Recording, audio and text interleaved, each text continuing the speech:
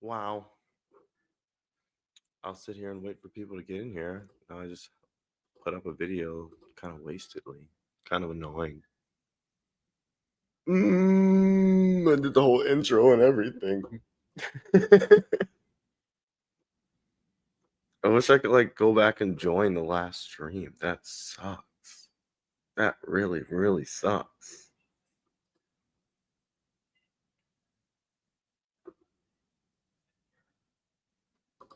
Wow.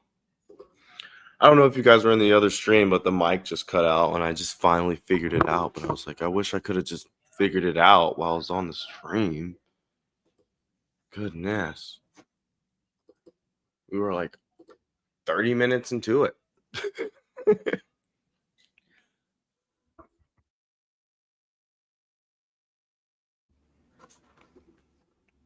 But sorry about that, guys.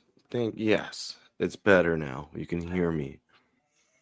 I'm just waiting for people to get back in here. But there wasn't a bunch of us, so it's like maybe I'll give it like 2 more seconds. That was so weird though. But I figured it out. Is it too loud? Is it fine?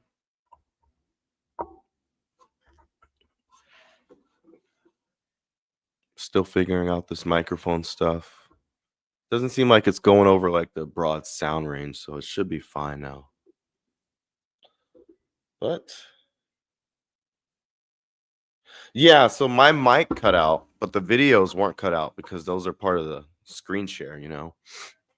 So that's why I just started playing the video because I was like, I can't tell if they can hear me. But here we are with the ADL and the FBI. Do you guys want me to go back a bit, or do you guys hip? I'll go back like 30 seconds. And then I'll put it up on the screen. The ADL has a regional office established. The report reveals that in the state of Connecticut, the ADL shares an office space with the FBI. They also share an office space with the United Nations in New York. Now, same building, across the hall, whatever. That's a fact, and it makes sense. You shouldn't be that shocked when they're owning the fact that they share information. It's easier to share information if you're sharing an office space, right? Anyways, he goes on. Definitely nothing to see here, right? After reviewing the 19 ADL office. And that's what we're going to get into in this. That's why I decided to just watch this stream, because later on in the stream, she puts up the kind of like a witness list. They're either a part of government, related to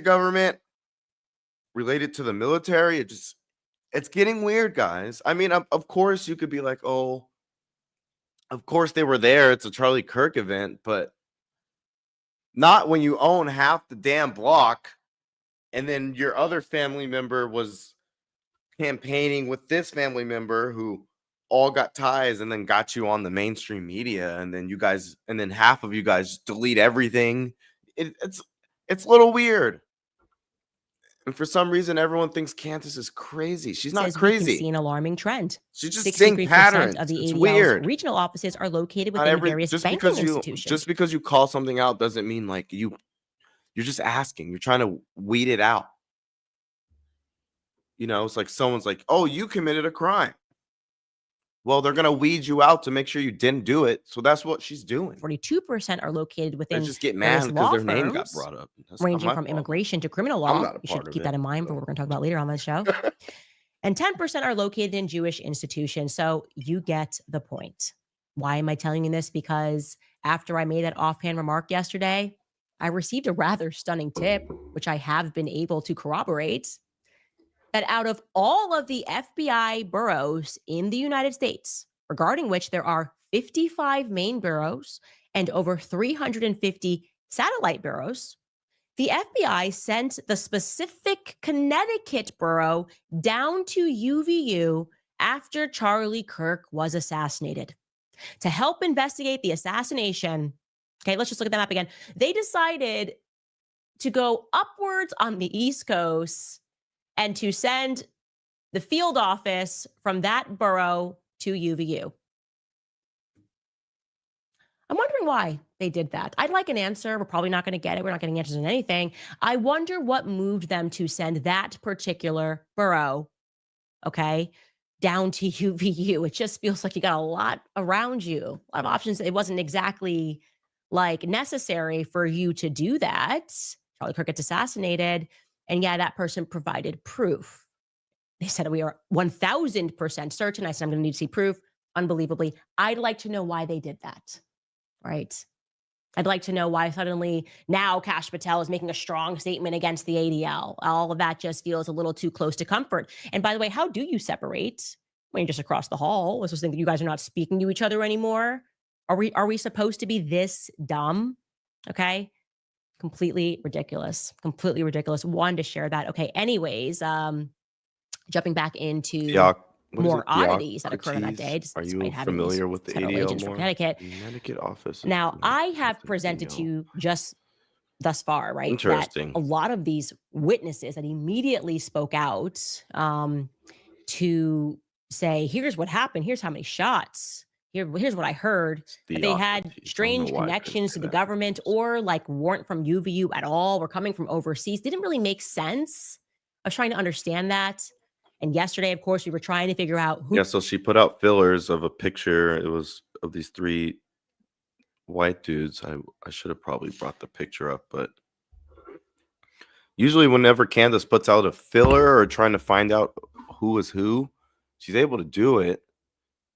But this time it was really difficult, and she said she got more fillers from overseas than she could in the United States. Who was this mysterious woman that was allegedly seen helping the shooter change clothes? I got that one tip from an individual, completely unrelated, said, yes, there was footage of a person helping the shooter change clothes. And then suddenly we were able to discern, at the very least, that someone in the Broderick Lyman family certainly acknowledges that there was a woman, at the very least, who she suspected could have been an accomplice. She didn't say anything about the person changing clothes, but we can watch that clip again to hear what she says. Kind of crazy. With ScribeHow.com, you can create after the dang ad. Not hours. I'm gonna skip what do pyramids, rocket ships, and if you time skipping. But listen, how long it took him to get from that little part over to here was way longer than it should have been. So I wondered if the girl had given him stuff, like if there is an accomplice. Sorry, you're filming. And it said right here, that picture from Sam's across the street, he was right here. Yep. Okay. That's so weird. So, like, I guess maybe I'm younger. And they used to have to talk to us about watching what you say when you're out with your friends, or don't let people videotape things when you're out with your friends, because you never know what's going to happen, especially when you play sports. And I went to a private school, and the school actively looked for if we posted parties or anything like that. So if you're just talking about something you shouldn't talk about, and then you see someone filming, you go, oh, sorry, you're filming. To me, that's like weird. Because why does it matter if you're out there doing an investigation? What are you trying to keep secret? Like, why would you say something like that? Oh, sorry, you're filming. Or was she just trying to be polite because she didn't want to, necessarily impede on his speaking? But he wasn't speaking. He wasn't saying anything. That guy didn't start talking until she said, oh, sorry, you're filming. And he just kind of changed the subject. Weird. Very, very, very, very weird. So we received a couple of tips pertaining to who that woman might have been, according to rumors circulating around Orem. Now, I want to be very clear. When we say that this is a rumor, I mean that you should take this information with a grain of salt. We cannot present it at face value because we don't have the footage, right? I cannot say this is a fact. I can say that this lead became more interesting to me. And that the FBI should clarify things. It's that simple. Let us see all the footage. But they don't seem even remotely interested in trying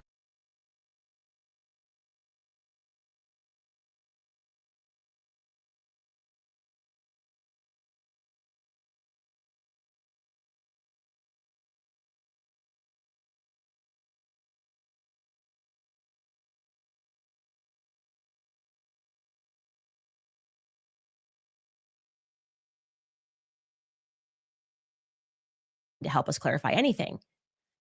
Anyways, the name that we had received was, it turned out, somebody that actually provided the only eyewitness testimony of having seen the shooter up. Sorry, I was muted, but what I was saying was that conspiracy theories are bred from lack of information, and it seems like whenever something big goes on in the country,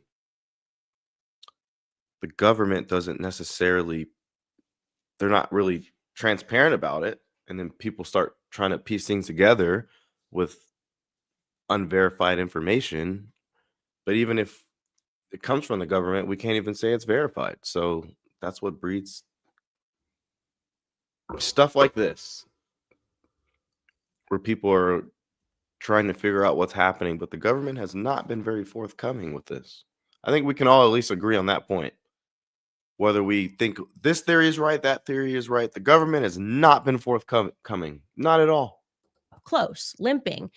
So it's possible, just to run the other side of things, that this woman captured both of them walking back to back, and she just was walking near him and she had nothing to do with helping him change. That's all possible, and you should consider that possibility. We don't have answers. But there's something else that's interesting about her. Like I said, the testimony that she provided is interesting, and she is the only person that saw the shooter limping up close. And her name, and we know this because she spoke to the news, they all did, is Olivia Robertson Cobb Bishop. Let's listen to her testimony now.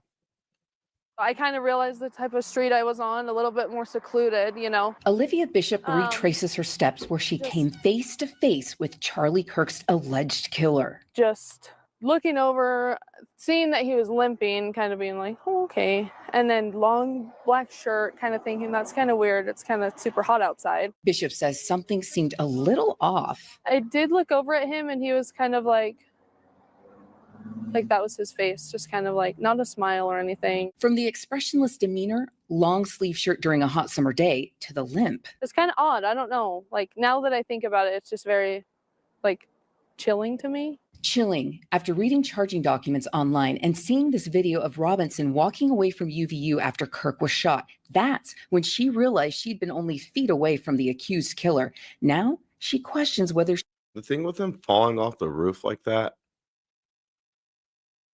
wouldn't that hurt? Like, don't you think he could be injured by that? Because, like, that's insane. When she realized she'd been only feet away from the accused killer. Boom. I mean, yeah, it's just kind of like he just fell. He didn't like try and break his fall much or roll after he hit the ground. That's why the limp thing is weird, because if he was limping with a weapon when we saw him in the stairwell, shouldn't we have seen an imprint?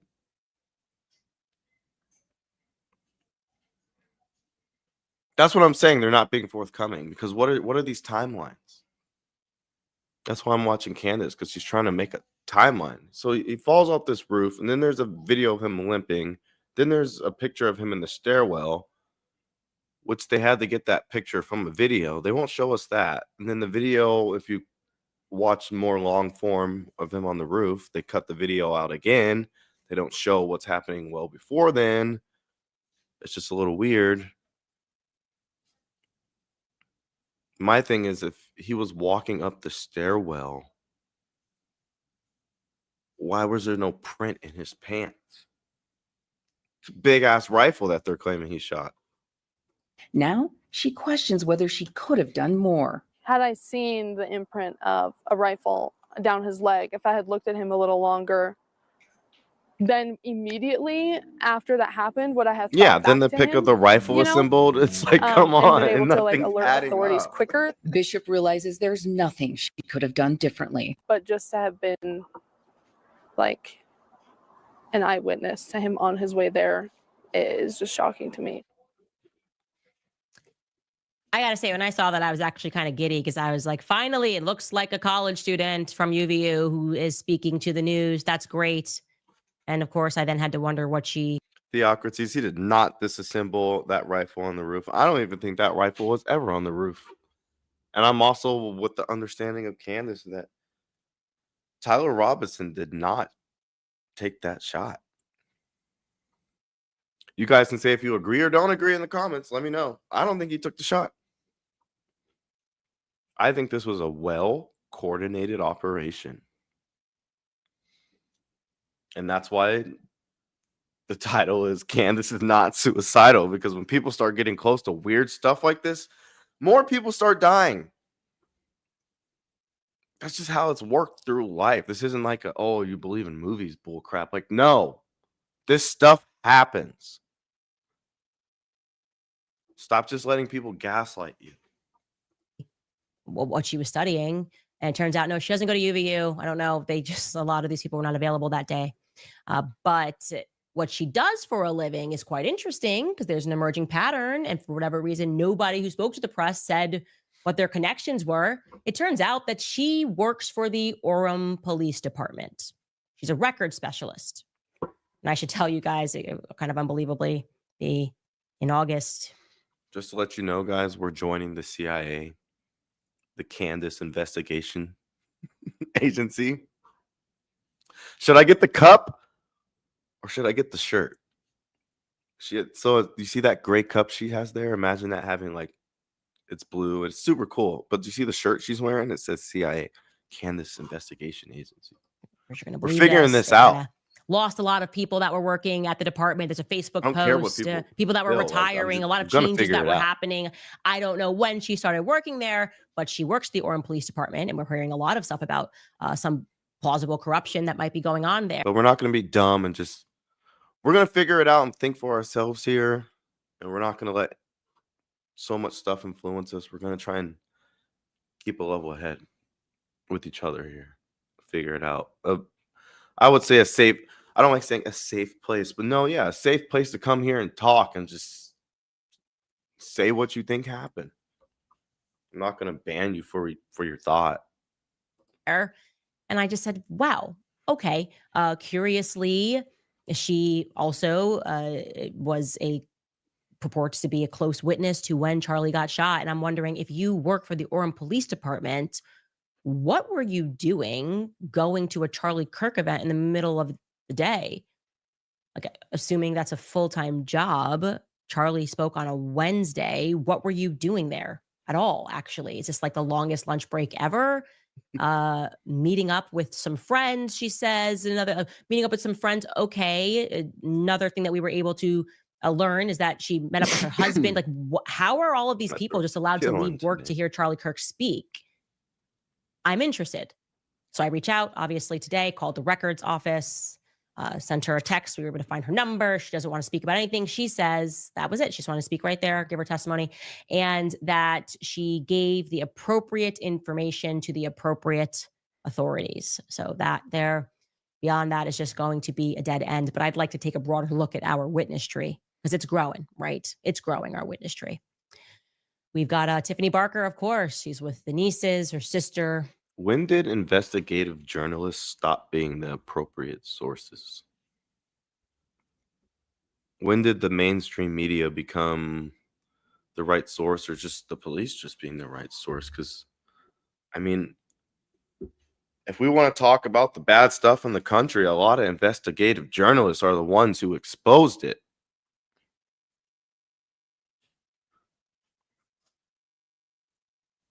That it's just as simple as that. Was Phil Lyman's running wee hours the morning after. Phil Lyman, of course, our guy, he really does not like me at all. He wants me to know that he thinks I'm shady, that I'm an accomplice to something. Yeah, so this is the weird part. So Phil Lyman, according to Candace and records, say that he owned a lot of houses on that block that we saw the shooter walking by. Phil Lyman said himself, his car was there in the video that they showed.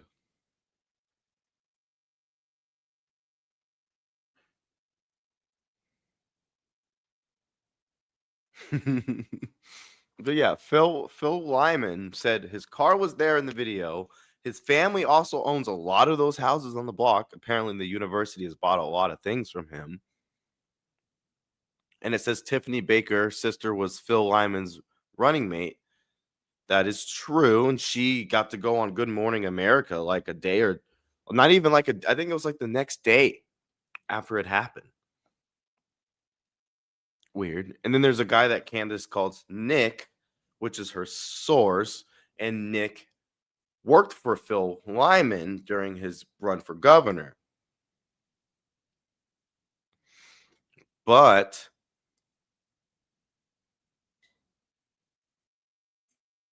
oh, you had a deja vu moment. Yeah, I hate those moments because I've had those, and like I don't even like to speak on them because people think you're crazy, even though you've like seen things. But yeah. But like I was saying, Phil Lyman's just been a little weird because Nick, Candace's source. I'm muted again. Oh, I think he's just watching the stream. I'm like, no way I'm muted again. Let's not go through this again. But yeah, type if I'm muted again. It says I'm speaking and I'm not muted, so I shouldn't be muted. So yeah, Nick worked for Phil Lyman, and he called Candace before a stream one day, was talking about how Phil Lyman was on the phone, and Phil said that he would be very upcoming and willing to help, which somewhat he has been, but it's just weird how like wildly connected he is to this situation. From the TMZ to his car being there, the camera, theocracy. I'm trying to save you, sir. Don't let them think you're crazy. I mean, at this point, almost everything kind of is a conspiracy when we don't even know the truth without a clear document trail. Everything, a lot of things can be considered a conspiracy. Yeah, they won't ever be honest about it. That's why we have to sit here and try and pick them apart. Just look them in their eyes and pick them apart. But Phil here, yeah, weird. So Phil goes to Nick's house because apparently he was just in the neighborhood around where Nick lives, and apparently him and Nick started getting into it because Phil was asking Nick, what side are you on? Because Nick was really helping Candace try and get to the bottom of this. You know, like he was getting her in touch with people who were on campus that day and people who had specific videos. But yeah, it kind of started going deeper into this Phil phenomenon. I don't know. Who are you, Phil? I don't really know who this Olivia Bishop is, but apparently I think she's the one who was behind that video that we watched where I said, why did you say you were sorry you were recording? I think that was Olivia. Might have been. Or she might be the lady in question of. Oh, yeah. Olivia might be the lady who was in question for actually seeing him and talking or helping him. Dude, my cats are running around He ran crazy for right now. Utah governor in 2024. He's featured George Zinn on his website at that time, spoke to Alex Jones, Fox News, News Nation, really anybody that would have him. Now we have Olivia Bishop. She works for the Orem Police Records Specialist. And she works as the Orem Police Records Specialist. And she spoke to local news. Who else do we have here? Well, let me show you this other video, which gets interesting, okay? Check out this USA Today video of people speaking about what they heard and what they saw. Take a listen. Creators, I built these 3 apps to run my business. It's good. Just They using throw us an prompts with ad. Base 44. Okay. Let's talk. It's for Kansas. It sounds like lightning. It was so loud. I thought the shooter was right there in the crowd, and apparently he wasn't. Apparently he was far off. Everybody got down, and I instantly just started praying for Charlie Kirk. And the girl I was with next to, she was bawling because she had seen it. She had seen the graphic imagery of the bullet piercing his neck and opening his neck up, and I can't imagine what it was like to see that. I was just walking. Before we keep going, I just want to make an opinion here that I wrote down that I was thinking about. Because I was just thinking, why wasn't Charlie better protected? As people keep saying, he was very close to President Trump. He was a big reason for the youth movement. A lot of people gave him death threats. People either loved him for Israel or called him an anti-Semite. It's just like, I figure, maybe they think he would be a target. Like, what's up lately with people not guarding rooftops? Just doesn't make sense. Some guy pops off shots at an ICE facility from a rooftop. Someone shoots at Trump from a rooftop. Someone shoots at Charlie from a rooftop. Like, I'm not even in the military, but I like to learn about things and protections and things like that, or like protecting an ambassador per se. I'm pretty sure you would always have someone staring at a damn rooftop. Like, I'm not the smartest fucker in the world. A rooftop. They say 175 yards away and no one's staring at it. And then the PR guy for Charlie Kirk goes and says, oh, what's his freaking name? I had it earlier. I had his name. I'll say it later. But he goes on there and says, well, when we go to these events, we're only responsible for protecting Charlie. And it's like, and then they say they leave the rest of the stuff to the police. Like, that's what he was saying specifically about the Utah event. Okay, it's like, cool. Leave it to the police to protect the students. Shouldn't you have someone on a damn rooftop to protect Charlie? Like, is that too hard to think of? Secret Service couldn't even make sure a guy didn't get on the roof to protect the damn president. So you don't think you should just go on a roof? Like, am I that dumb? Am I that like a paranoid for thinking that I wouldn't even have my own guy up there on the roof to protect someone? But to go on live podcast and say that you left that up to the Utah police on the campus department, really? That was the smart thing to do?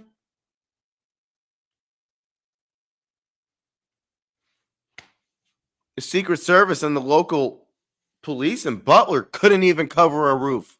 You didn't think about that? Anyways, I know we shouldn't be victim. I don't. You can call it victim blaming, but it's like, come on. Like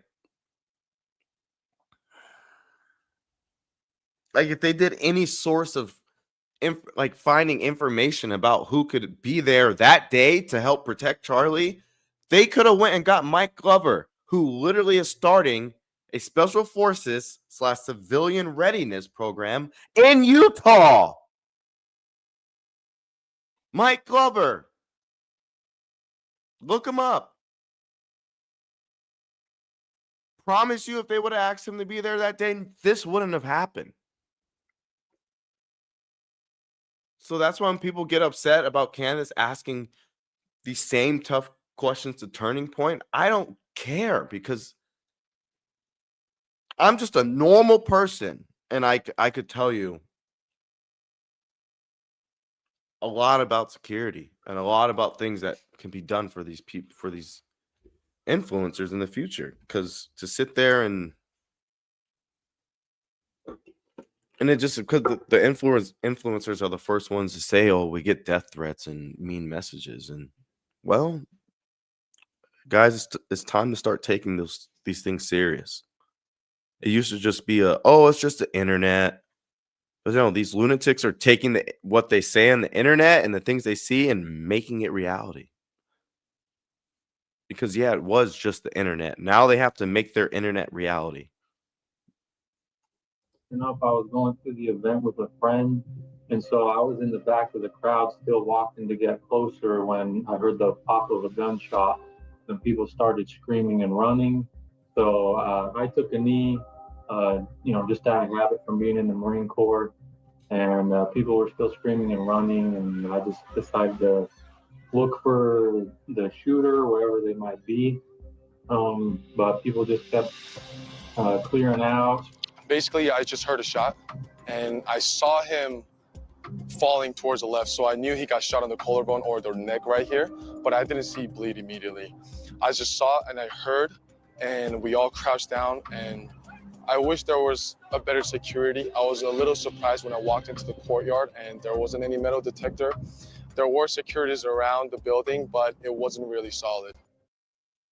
Okay, so to show you who those individuals are, a lot of software engineers. We can pull back up Emmanuel Furier. You saw his name there again. We're pulling people that spoke to the press publicly. We're not revealing any information here, but he works for Domo Incorporated.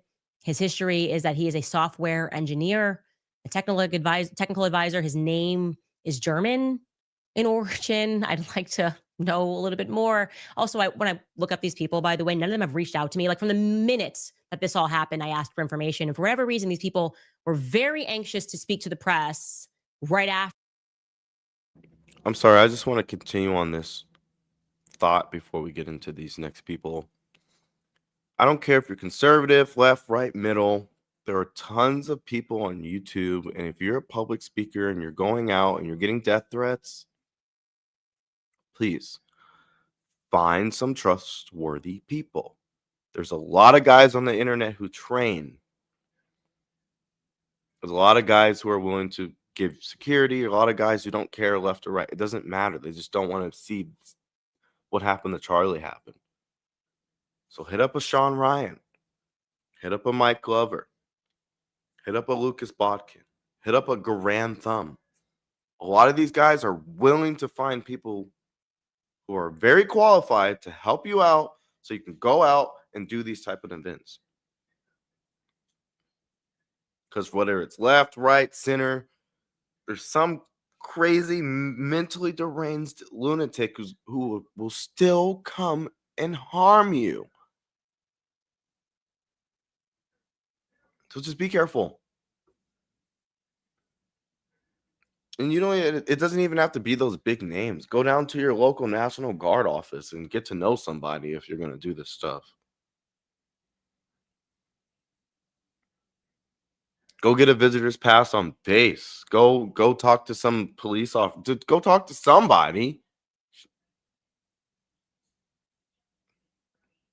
Exactly. Like I've just been saying, September 10th, you know, the shot that was heard around the world.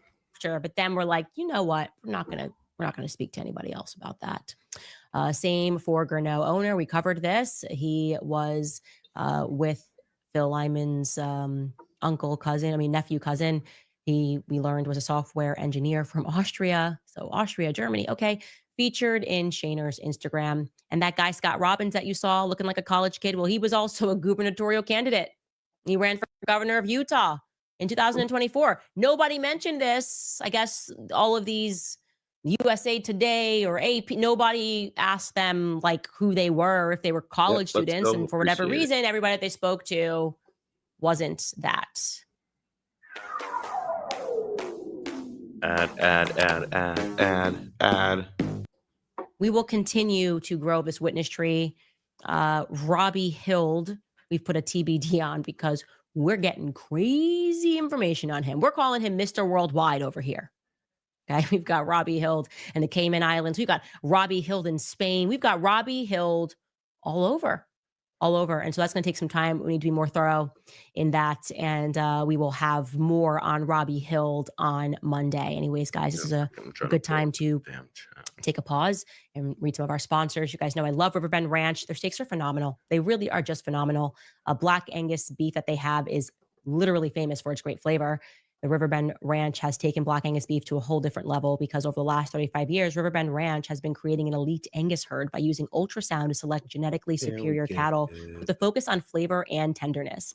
Each year, Riverbend Ranch provides about 850 elite Black Angus bulls containing these special genetics to over 260 Western U.S. ranches. Those partnership ranches receive a substantial premium from Riverbend Ranch for raising those calves without the use of any growth hormones and without any antibiotics.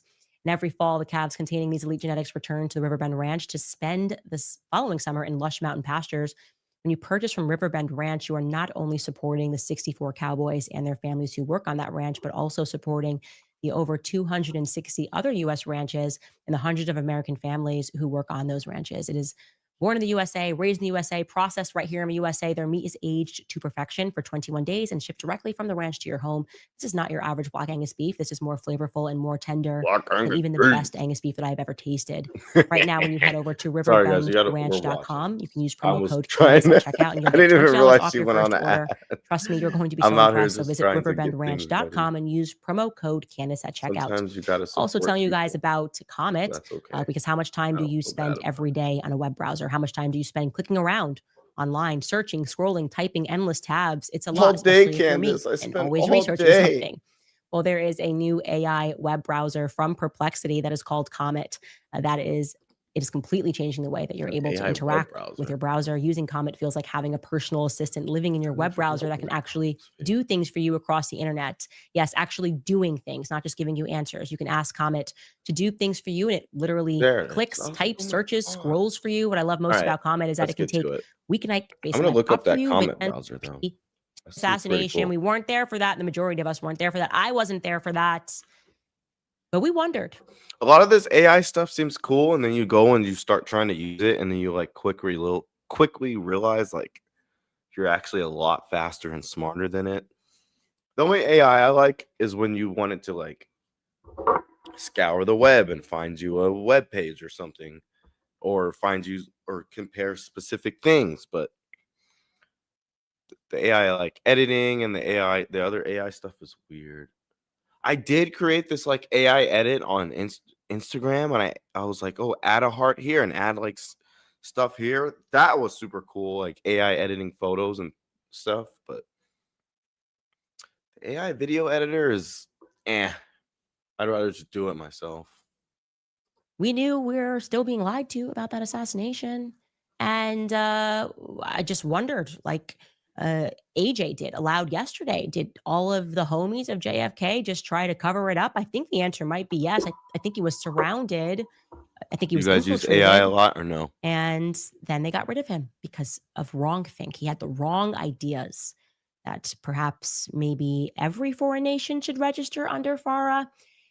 Anyways, how this works is that then you have to kind of put together like a Warren Commission, right? JFK, the Warren Commission, a complete and utter farce to pretend like the government's taking it seriously and investigating. Well, if Tyler Robinson's going to be our patsy, and I do want to be clear here, I'm not saying that Tyler Robinson is guilty of nothing.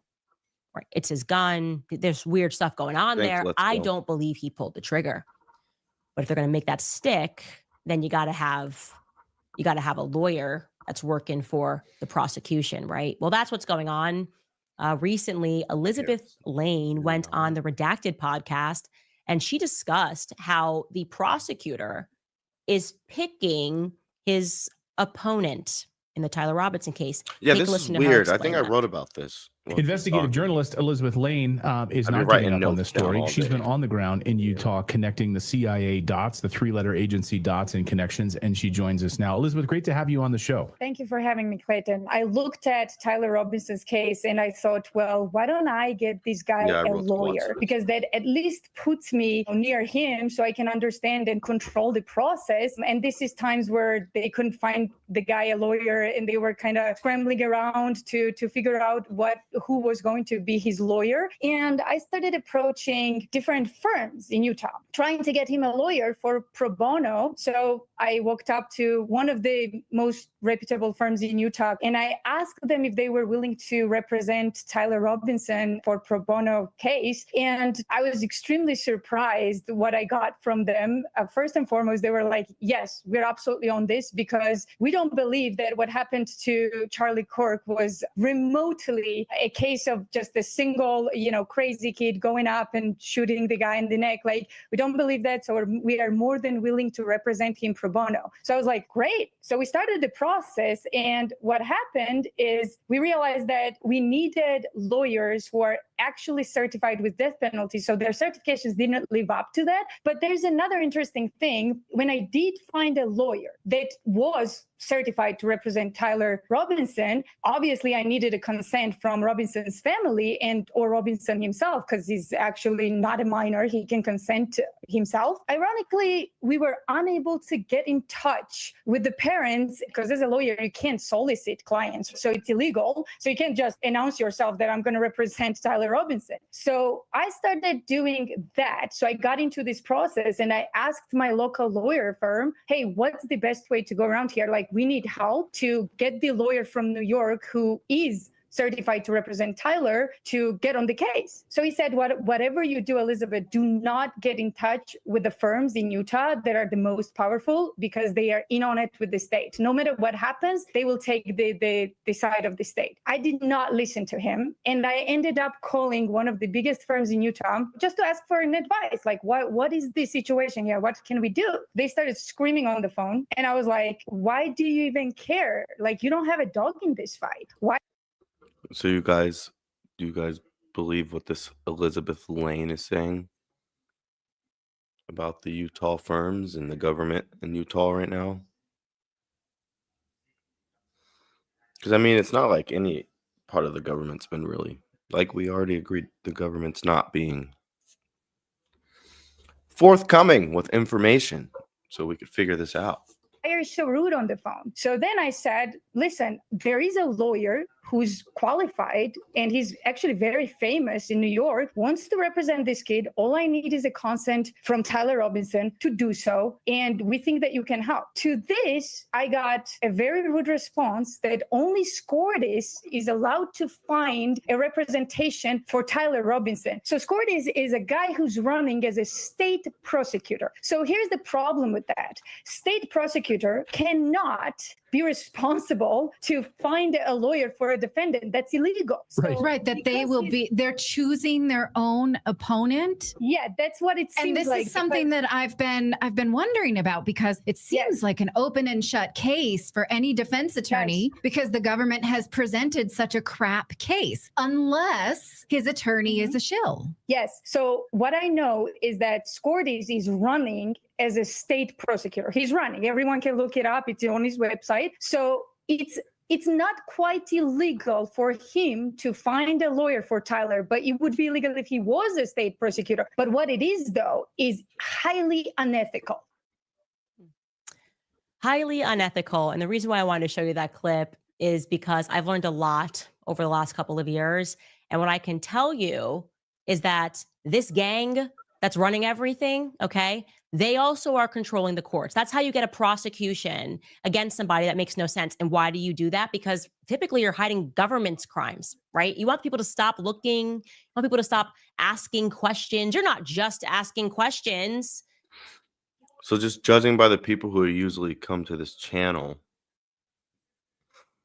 and with the recent channel of like the cop watching, wasn't it hard sometimes to like subpoena or like go through the FOIA, the information from the government? Like, wouldn't they be very difficult at times, especially when it came to things that the officers did wrong and it was clearly on camera they did it wrong? You know how they put money behind it, Freedom of Information Act, they make you pay for it. And even if you pay for it, they still might not give you what you want, or they'll redact things. These are the people we're talking about. There's no transparency within the government. They work for us. We don't work and pay taxes and pay their salaries for them. We do that so they can run these systems for us. Again, it's for us, me and you, for us.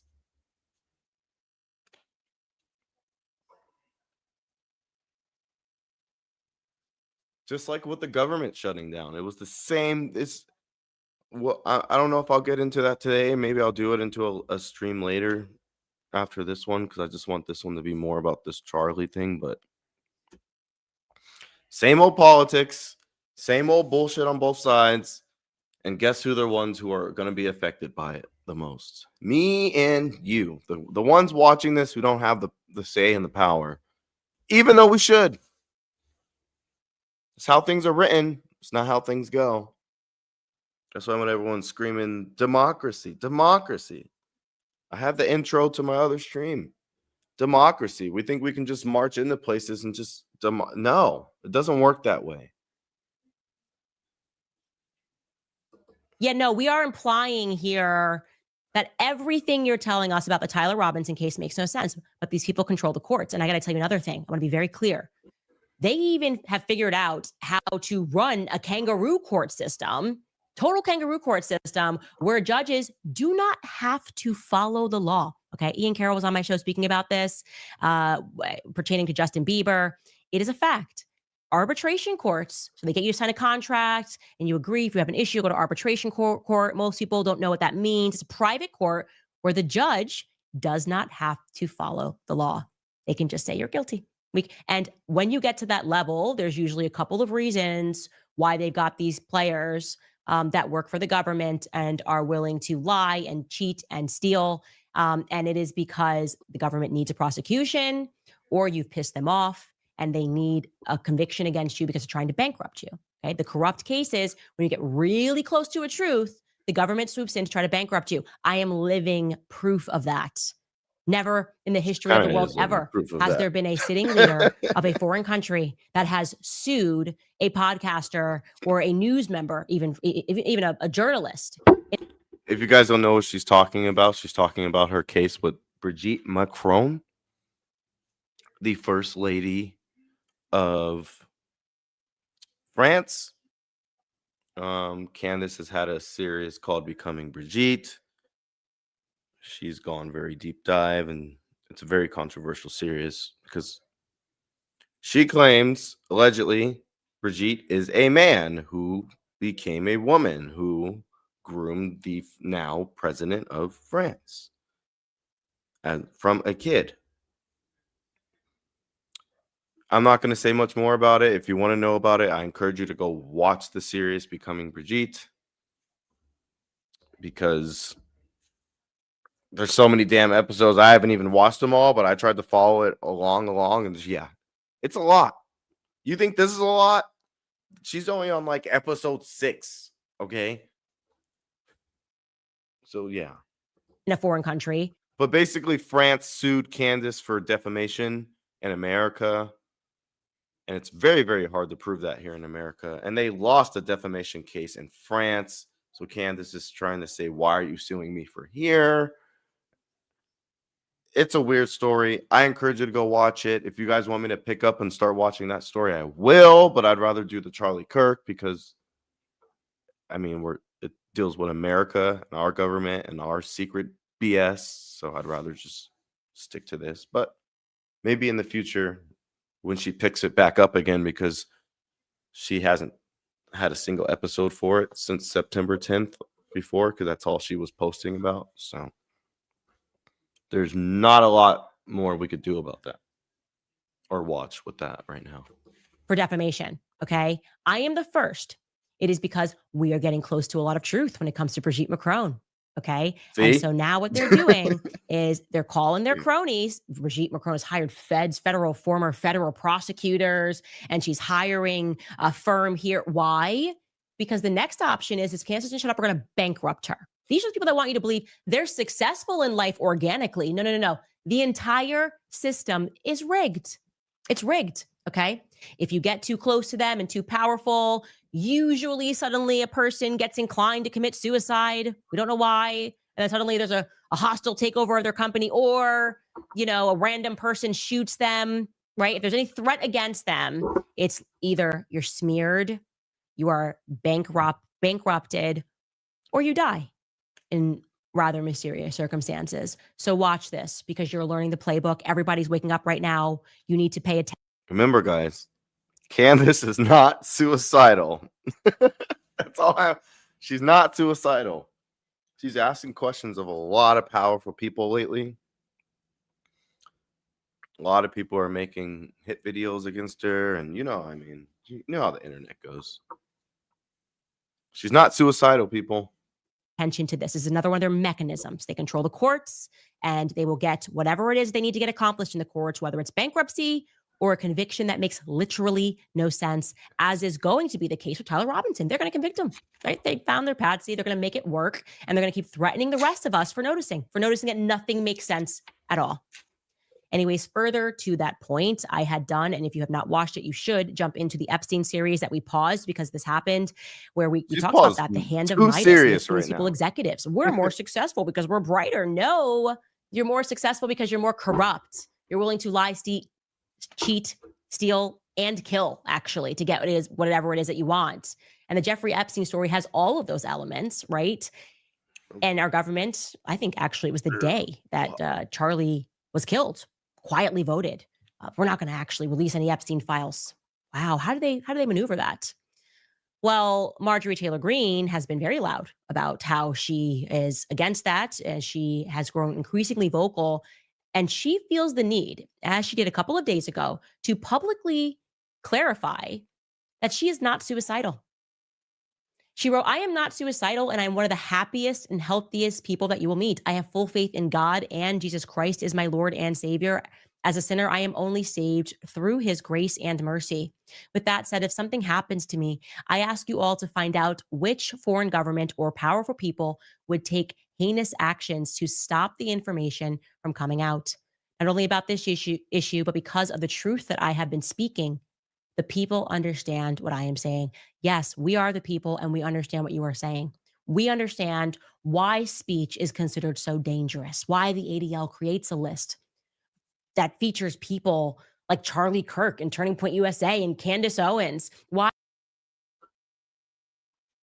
Speech, I mean, if you look back through history, speech, lots of people have been killed for their speech. That's the thing that, like, when we're trying to be non-biased here, but when you look at one side of the political group and they're calling people Nazis and dictators and authoritarians, it's like, okay. And then you can also explain, like, well, let's look back in history and look at some of these authoritarians and, well, the-Nazi Hitler and dictators. You can look back at, like, Stalin, Khrushchev. Who else? Stalin. That's what I said. There's one more. Mao. Like, these people, like the rise of the Bolsheviks, like these people were horrible people. That's all I want. These people weren't good people. If you went and you spoke against the president, you know, they're like, oh, Jimmy Kimmel, oh my gosh. Yeah, if this was a true authoritarian non-democracy, Jimmy Kimmel would have just disappeared. It's been like, where'd he go? I don't know. And then we'd be having an investigation about him that would have went nowhere because it would have been covered up. Like, do you guys understand that? Like, do you understand that, right? If I were to go to Russia right now and I just go, what's just something I disagreed with?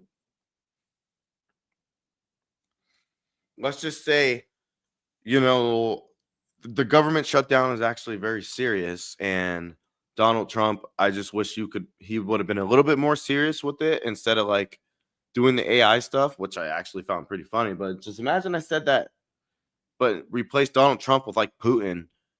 Yeah, or not even Putin, because let's just put Stalin. I say that about Stalin, Joseph Stalin. I would have been in the fucking gulag by the end of the day. Like, by the time I finished this stream, went to bed, woke up, I probably would have been in the gulag, people.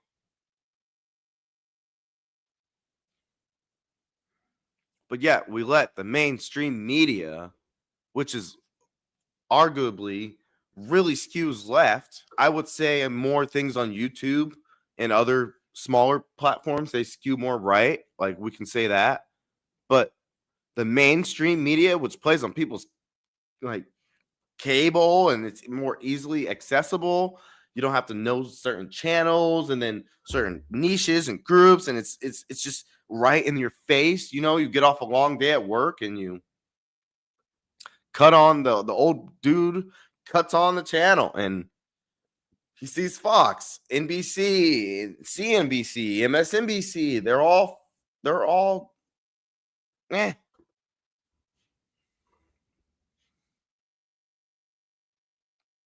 But then mainly, like, you could say, okay, you can be Fox. They're the only ones who aren't really saying this democracy's falling. And Trump is a dictator and blah, blah, blah, blah, blah. Well, if we look at it non-biased, we already had one term of that president. And a lot of people did vote for him before. But a lot of people did vote for Democrats. But the thing with the tube right now, you can say that, you can call it MAGA, but I believe there's more MAGA than Republicans right now. If you look at the left, they're just really, really disorganized. They have a lot of good ideas in like theory. It's kind of like you put together a dream team in sports for a theory. They have a lot of good ideas in theory, but you got to figure out how to make them happen. That's the thing that's been upsetting me with the government right now. Because whenever someone disagrees with each other, they just outright disagree. Not a lot of people say, you know what? Let's just take Medicare. I don't agree with your thought on Medicare, but I think we should do this, this, this, and this. And maybe we can agree with some of the things you said, but I think we need to do this, this, and this.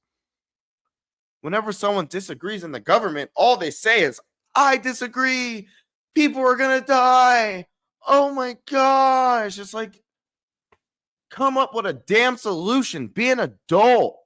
You guys are the ones who are in that position to make a decision and come up with a damn plan. All me and you can do is fucking yell at them like I'm doing right now. And then vote. That's it. They're the ones who can come up with the solution. So when we see them go out on TV and then say, this is happening, it's like, come on. I mean, like, you guys, yeah, tell me, still, am I wrong with what I'm saying? Like, these people are the ones who are in position who can actually make a change and come out with a solution instead of just going on TV and saying, the other party's wrong, we're right, Medicare, this, that, but they don't ever give a solution. You know, they just don't. I can't actually add you in here. If I would, I could. And that's actually something I want to start doing. Like when I start doing it, when I'm going to start doing this a lot more, I would very much like to have viewers who submitted their clips, especially if you submit your clip. I will let you come and talk, and we'll talk about your clip, and then you got to go. You won't be on the whole stream, but we could talk about your clip. It could go as long as 5 minutes, 10 minutes, 30 seconds, but then you got to go. You're not going to stay the whole time. But let me figure that out, and I will. That is something I will do because that seems pretty cool. Doesn't that seem cool? It's like, oh, you submitted your clip, and then you actually get to go talk about it. It's not, you don't just get to see it. You actually get to come on and talk about it. I think that would be pretty cool. But shit, I went on a little rant there, but I think you guys get what I'm saying here. It's like the world is, yeah, we are the peasants. They are the ones in power, and no clips, just talk. No. I get that, but I think I'm going to have to make that a requirement so people can come on. I mean, at least maybe when I get more bigger than now, but yeah. Right now, I just physically can't add other people to the stream. So I think.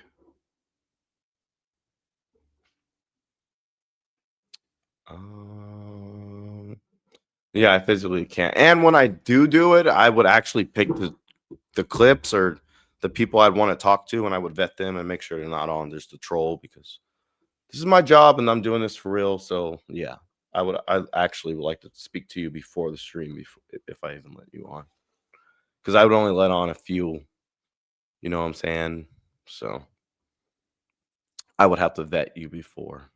Why speech is so dangerous is because if it carries truth, it speaks to power. And power is not truth. Power at this moment is a lie. It is a carefully woven lie everywhere, rigged against all of us. That is why I say the action that you can take, right? Don't feel hopeless. Understand they're actually panicking right now. What can you do in your household? Well, the first thing you can do is do not put your children in their matrix. Take your kids out of school. These sleeper cells are all across the nation, okay? And we're going to get into this next week. I wanted to make sure that I could get more thorough and show to you the Ukrainian connections that are coming across in this that are very strange, but I guess not so strange when you pay attention to the last shootings, trans shootings that have happened. The Catholic school shooting, the person was scribbling in their notebook recently, the shooter in Cyrillic. What's that about? What's that about? Why do we suddenly have Russian speakers that are involved in these sorts of things? We are looking at a program, and we're going to speak more about that because you have to understand it is dangerous what is happening right now. It's a dangerous game, and we're playing with dangerous people. And if it ever needed to be said, I am certainly not suicidal. I'm angry. I'm angry at people that are homicidal is really what's happening. And enough is enough. And if we are not brave enough to speak out, if we are not brave enough to take that action and to begin something as minor as homeschooling our kids, getting out of their system entirely, then our children are going to inherit a world in which the truly evil people have completely wrapped everything, right? They have wrapped everything and they control everything. It's up to us, guys. And I think we're close. So I'm going to leave that at that. Speak about a couple more sponsors before getting into some of your comments and questions that you have. I should have first let you know. Okay, if there's one AI site builder you need to meet, this is Dope Tech from Wix. We did open another tips line because we are at max capacity. I want to remind you guys, if you have tips pertaining to Robbie Hild, anything that we are saying about what took place on Orem on that day, tips does not include, Candace, have you seen this theory? Watch this TikTok, please, guys. We are trying not to have our inbox cluttered because we want to get to all of these tips. A lot of information. Please email more tips at CandaceOwens.com. More tips. So, yeah, please email me. Have you seen this, this theory? Please email me clips, local news.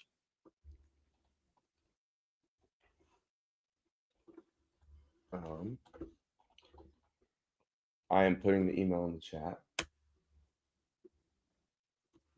Don't listen to her. When it comes to me, send me all the bullshit. I'll weed through it. I'd rather you guys just send it in. So I'm talking about, Jamie. She's not far off. People have been like going online and like, oh, she's saying this and saying that. If they were to actually follow her serious, honestly, she quite literally said, I am chasing every lead out until it can't be chased anymore. So you can't get mad at her for just asking something and prying and prying and prying until it can't be pried anymore. She said she's going to do it. So she said she's going to do it. Tips at CandaceOwens.com if you have a tip pertaining to what took place on that day. First, want to throw it to 7 Weeks Coffee. You guys know I love them. It's America's pro-life coffee company. The pro-life mission is important because they don't want us to have a lot of children, more of them, less of us. Well, 7 Weeks Coffee is on a mission to fund the pro-life movement one cup of coffee at a time, and they just hit an amazing milestone, over $1 million donated to the pro-life movement. Why are they called 7 weeks? Well, that's because at 7 weeks, a baby. So I was eating. What is this? Jamie said. How the schools and the government and everyone else. Oh, wait, I will address you first. I can't add you in still. I like physically can't. I have to configure my stream and make it allow people to join in. I just can't add you in. Like I said, it's something I was figuring out, but I just can't add you in. Anyways, Let's see here. Jamie Blair. How the schools, the government, and everyone else don't give a rat's ass about you or your kids. They just want to control you and don't teach them any jobs, skills in school. She or he, I think, I don't know, but they say, when I was in high school, we had welding class and shot class and wood class, and they don't even have any of these classes anymore. They taught us some kind of trade, but nowadays they don't. That is very true. Dog, that's weird. I'm not adding you in until I figure it out professionally. Anyways, that is back to my point.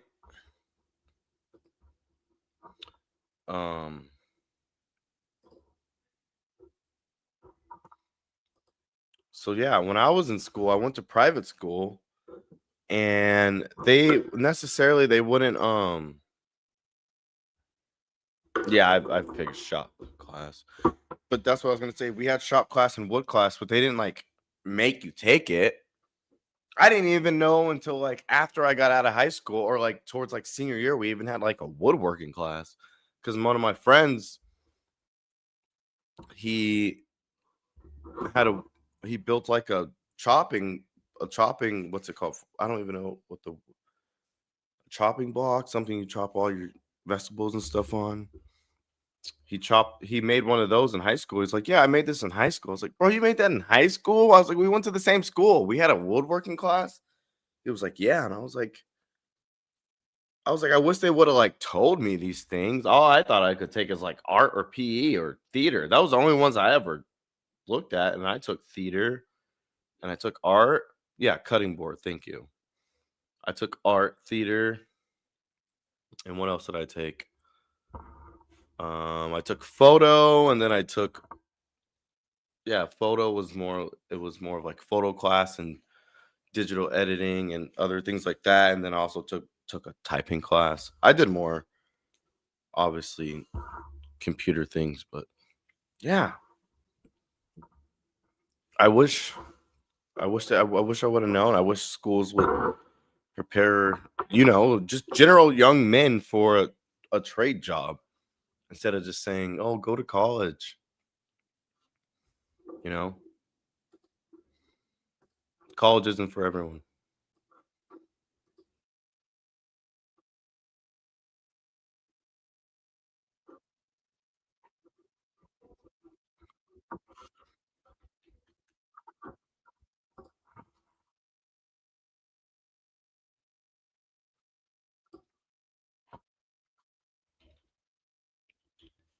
So this part I actually really want to get into.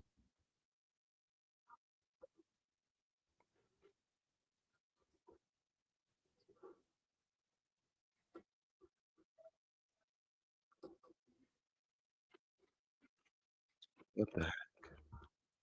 I want you to know, network with moms in the area, because like what you're saying, I can do PE. We're gonna go back. That's what me I and didn't know another you mom guys weren't did. on I the was like, screen. let's just I'm figure this telling out you, in the like, area. I told sometimes this myself to thing be literally tight. will Literally started make the homeschooling this screen, morning. like, I cannot go this into detail, tiny. but I'll say this. I don't even know what's on Financially, the they will get screen. by parenting.net. This user wrote, We're my gonna see sister this. took her 4-year-old out of school yesterday, literally started homeschooling this morning. I cannot go into detail, but I'll say this. Financially, they will be tight, but she said that it is worth it. Since I saw her conviction, I volunteered myself to be his PE and music teacher as his extracurricular activities. Like they say, it takes a village. Indeed, I love that. I also want you to know, network with moms in the area, because like what you're saying, I can do PE. That's what me and another mom did. I was like, let's just figure this out. We know something is wrong. Something dangerous is coming. We can all feel it spiritually. Wait, still, it's not harsh to me, bro. I graduated school in 2018. I'm fairly sure I know what skills I need to develop to make me be successful. I don't need to be a Kai Cenat. He's not necessarily giving any value other than just entertainment. Like, we're over here talking about how to figure out life and sift through the government. Like, that, I mean, of course that's not going to be as entertaining to people. But later, soon, I will start doing my gaming channel and stuff again. But like, trust me, I have a lot of long-term goals instead of just doing media. I actually want to start to try and be a politician and to try and enact the things that I will be recorded on video teaching people in the future. So when I go to my local town hall and I try and run for office and try and make change, people will see what I've been talking about. Not going to get to call me a flip-flopper because we're going to learn here, figure things out. You know what I'm saying? So school has failed a lot of people. I mean, you can throw it like that, bro, but end of the day, you got to do something. You can either have your voice in the chat, or you can pick up a camera and have your voice then. But until then, like, what are you saying here? And I'm telling you, these sleeper cells exist in public schools, private schools. They are there. There is a lot of evil that is happening right now. And I hope that if you guys are watching the show, you understand that I am telling you this. And I would not tell you this if it was not. I felt it spiritually. And then this happened. And I'm looking into things. It's not making sense. None of it makes sense. We're told left versus right, but it is not that. It is all of us versus them. And they're upset that we're united, by the way. I saw this when they were attacking Megyn Kelly. I think I showed you yesterday. She said, well, my battle is against the left. And then they showed her a clip of me saying that it's not left or right anymore, and said, well, look, Megyn, now you should attack Candace because she's allied with the left. Yep, I am allied with the left and the right. Any person that is awake and realizes that that is slave slop, okay? We're never going to be able to shake the true power structure if we keep shouting at one another and not realizing that groups control extremists on both sides. They are fostering, I think, the extremists on both sides intentionally. We'll get into more of that next week. I said I was going to read your comments, and so I should probably do that. Cajun Pigne writes, we normal, everyday people, thank you and your team for all the hard work trying to make sense of Charlie's fateful event. I believe in the Almighty that all will come to light in Jesus' name. Amen. I believe so too. I don't think they can hide it. I think we're keeping our feet to the fire. We are absorbing all of these bullets, figurative bullets, wherein they're attacking us, attacking our character, psychological operation, paying influencers to say, that's crazy. Don't even think about it. Everything was above board. We can only trust the feds. Tell us what happened. Yeah, right. We can't trust them at all. And I hope, having learned the origin story of the ADL and their relationship with the FBI, you realize that. Go read that book about Mary Fagan, written by Mary Fagan, a descendant with her same name. Bill Scott writes, I came to Christ after going down so many rabbit holes, ending at the same conclusion. Satan runs the world, but God wins in the end. Christ is king. So well said, Bill Scott. Camilla writes, homeschool your kids. 2 hours with you is greater than a day in a classroom. You can teach them how to learn. Thank God for my wife being determined to homeschool. Our 2 kids love it and have so much time to pursue their talent. It's worth it. Yeah. So I do the morning stuff for homeschooling, and obviously I just started this week, and I can tell you, I feel more joyful. Like, there is something they are taking away from us spiritually by taking our kids for 6 hours a day, then saying, oh, then afterwards they have to do their activities and somehow also find time for homework. This whole thing is crazy and stupid. Like, what are we doing? We're just like literally handing our kids over to the state, and we get no time with them. Like, this is so wrong. If you feel it and you need to hear that message today, you can do it. Okay. And you're going to be happy once you do it. Maybe not everybody gets the new iPhone 8 as soon as it drops. Maybe you're going to have to cut expenses in some category, but you can do it. And I told you, I was inspired by my sister. Bless you. All right, guys. I think the Charlie Kirk, my freaking gonna burp. The Charlie Kirk part of this is probably gonna be over for a bit, but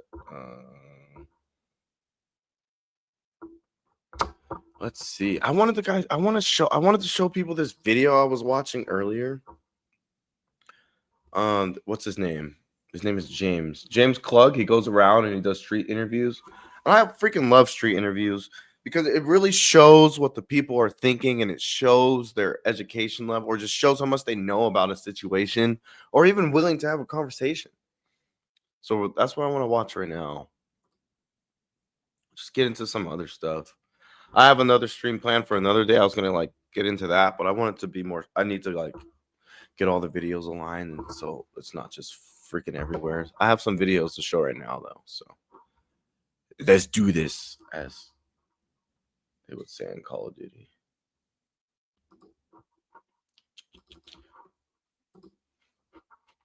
Okay, let's do the title. Doesn't matter. It's a clickbait title. It wasn't that serious. But it's by James Klug. I guess I'll say it just for copyright. Fluff it. James Klug, anti-Trump protesters threatened to pepper spray me for trying to have conversations. Only one person threatened to pepper spray them, and it wasn't that serious. That's why I said it was a clickbaity title. But he got people to watch it. Look at that. What is it saying? 121,000 views, and I'm not hating either. That's freaking cool. But yeah, he got people to click on it. I think he posted it like yesterday or the day before. Can't remember. But let's get into it. This is not how adults argue. It's pretty crazy. All right, let's go. Have a good one. I couldn't tell if people kept like cussing him out or like coming back up to him, or if he was just like going back up to them. Because it kind of seemed like they would get mad at him and then go back up to him to speak their mind, but then he would ask a question and they're like, I don't want to talk. So I don't know. Thank you for your time. Donald Trump is a king sissy to the sissy political crime family. That's is this a custom T-shirt that you made? Yeah. What is going on, I will everyone? low-key wear that Here. shirt. Today we're heading to an anti-Trump protest in the city of Orange, and we're going to try to have some good conversations. This should be a good time. Let's go talk to some people. It's kind of one of City of those Orange things here. where if you say it too fast, you just can't say it. That's why. Beautiful roundabout. Looks like the protesters maybe go around the roundabout, and that's what the event is. How are we all doing today? What brings you guys out here today? Pete, you better take it. He's one Pete, take it away. If I had a portable microphone like he does, and like a GoPro, or I don't even in just my. I mean, I could just use my phone. But if I had a portable microphone that had good audio, this would be pretty fun to do. But where I live, I don't know. I'd have to go out on the weekend on like Friday or Saturday and talk to people downtown. That's the only place people gather where I live. Out here asking people to, getting people more aware of what's going on. Are you guys circling the orange circle? Or just... They're actually going to go to the Orange City Council meeting and ask them to support a resolution asking ICE not to, show up in our city wearing masks. Okay. To basically unmask people. Okay. And you guys would support it if they did their operations without masks? I'm not in support of kidnapping people. Yeah, with or without masks. Kidnapping people is un-American. Due process is the idea. Due process of law. Do you mind if I ask you what brought you out here today?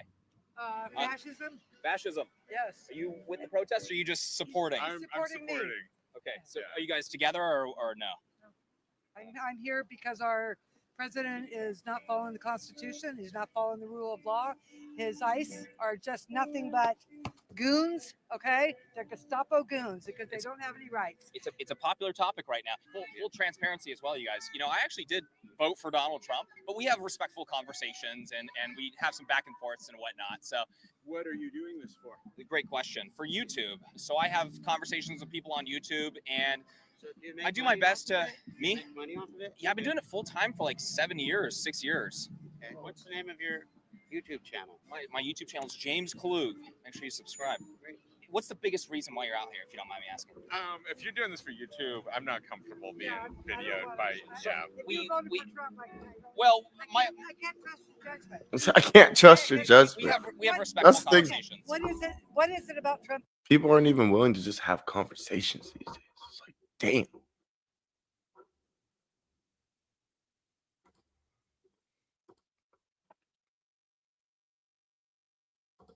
Like they can't even have a conversation. Is it that hard? Sorry, it did that little thing to me again where it just.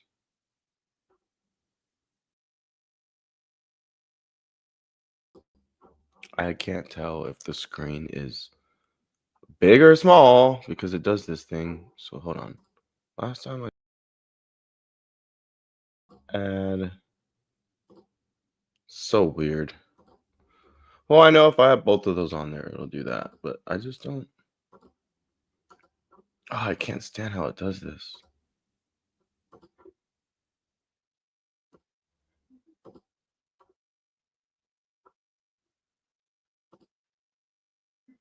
Because I really want to watch this video.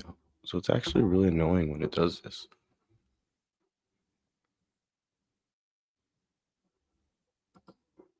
Oh, I know how to fix it though. All right, there we go. So annoying when it does that, when I just have to take it off because I literally can't see the screen. It goes so small. I don't know why. But we're back. And we added this to the screen. And we're good. So let's go. That you voted for. That's what I want to know. Goodness. Tell me. And I appreciate you asking the Goodness. question. It's a good question.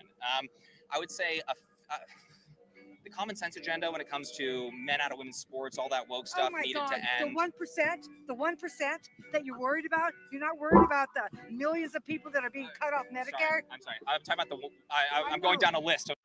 So I just have a question for you guys. Just kind of how what she just said. She's got upset and said, "Oh my God, the 1%, you're 1%, and then you're not worried about Medicare." But it's like, so it's right for the 1% to try and change the 99%, but it's not okay for the 99% to not want to be influenced and tradition changed by the 1%. So who's right? Because it just seems like in life, is if anyone's in the minority of anything, then they have to be the ones propped up and they have to be the ones catered towards. And so I don't know.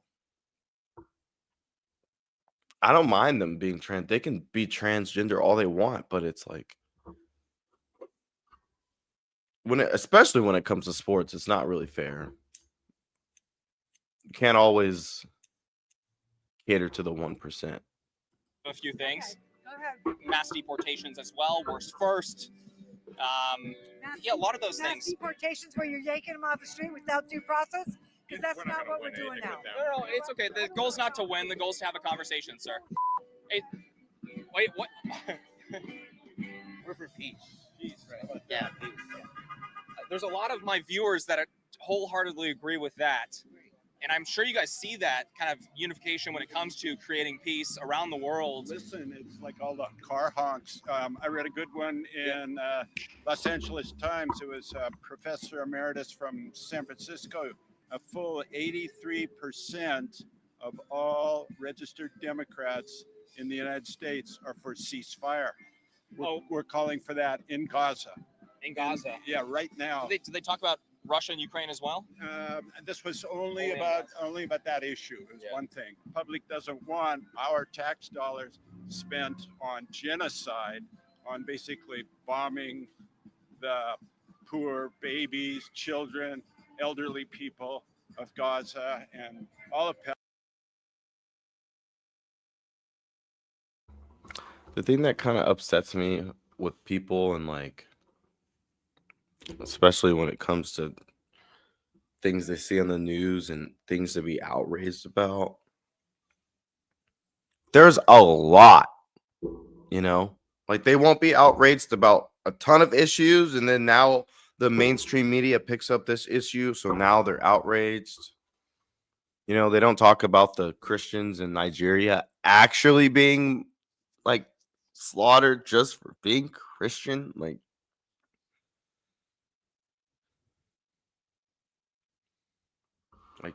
people didn't know about the war in Azerbaijan and Uzbekistan. People didn't know about that war. People probably didn't even know about Gaddafi and things in Libya and Syria and Yemen until the news even told them about it. And then they decided to be outraged. Like this guy's saying no war, but then I bet you he's literally just saying, "Oh, we're just talking about this one." Palestine to the middle, to the Middle Ages to wipe them out. So if that would happen, then we could have the end of horrible destruction for the last 22 months. So I think that's a pretty good idea. For sure, for sure. Yeah. I'm so curious. On both sides of the fence, probably Republicans too, Oh, man. would like to see their tax dollars not going for carnage. And actually, I just had an editorial. Do you mind if I jump in on there really quick? Go ahead. Yeah. Like I said, I talked to a lot of people on both sides of the aisle, and a lot of them, I don't know if they call. You know what? This makes me want to get into like one of our upcoming streams, because what did I kind of name the general preliminary title? I said Afghan something. Oh, I said the Afghan withdrawal review. That's what we're going to talk about. That not today, but soon in one of our streams. I'm going to really try and break it down for people. Especially so we can kind of get justice in terms of for the 13 service members who died. You know, it's not like anyone came out on the streets for our own soldiers out there dying for a war but Gaza, Palestine, and all these people, terrorists, blah, blah, blah, but 13 Americans.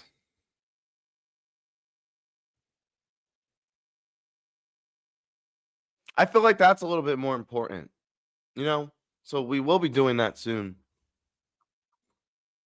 Because 13 Americans got killed and no one's been held accountable. The media doesn't even talk about it. And then you go and you look at what's happening in Afghanistan right now, and it's horror. These people are planning to hurt us.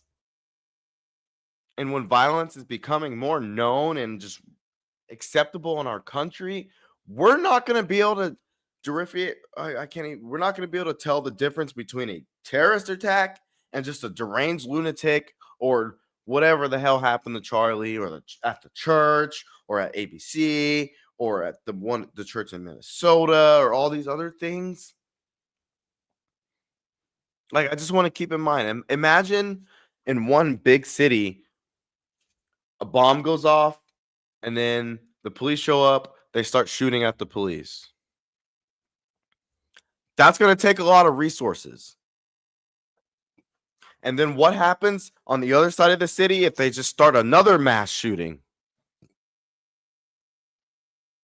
And then maybe on this side of the city, another bomb. Like, imagine all this in one city.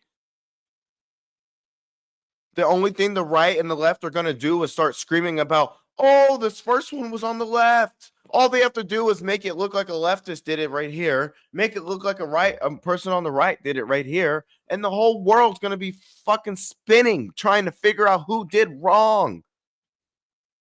But all on the same time, it would probably be Al-Qaeda, the Taliban, or ISIS.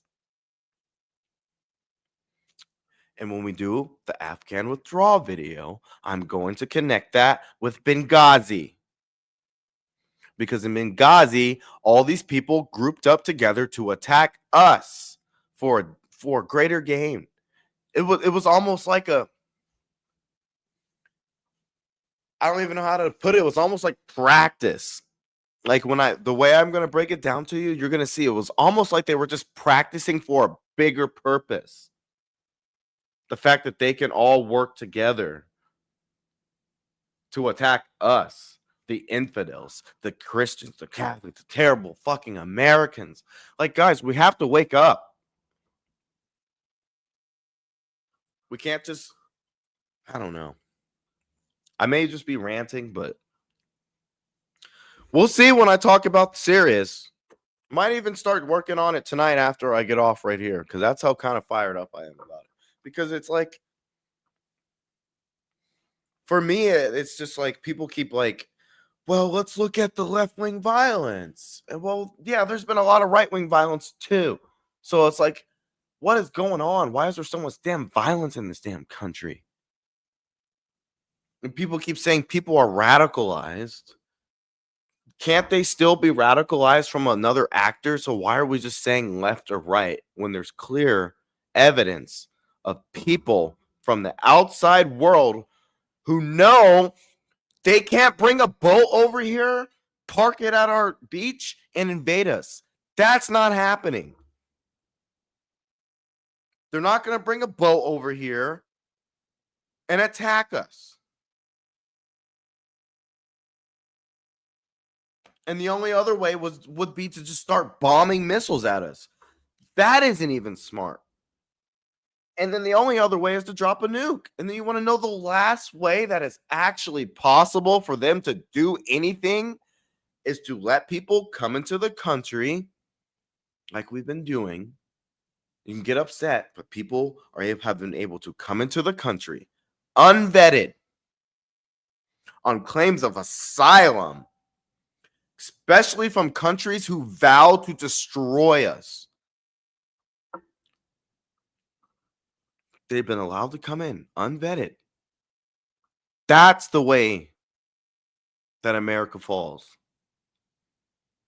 And I'm willing to debate that with anyone. The whole world would need to come together to invade us by boat. They don't have the resources to invade us from their country to ours by boat like we did to them in World War II. And we came over there, kicked that ass with our boats. They don't have that power. They don't. The only way they can get to us is by simply invading or getting people and creating cells and creating these little incidences, messing with the elections, messing with media, like these little things that we have to pay attention to. That's where the real war is. Anyways, major rant there, but that's what we're going to be getting into soon because I need people to realize that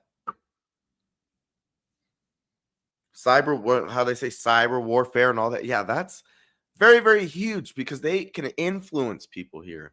They don't even need to sneak people in to influence people here. Obviously, as we've seen, the young population around this country can be very influenced by clips, videos, TikTok, small things, little like very, very creative things. I'm a small person. Imagine if someone was pumping like $5 million into my stream and like curating like perfect things to say to rile people up. Like,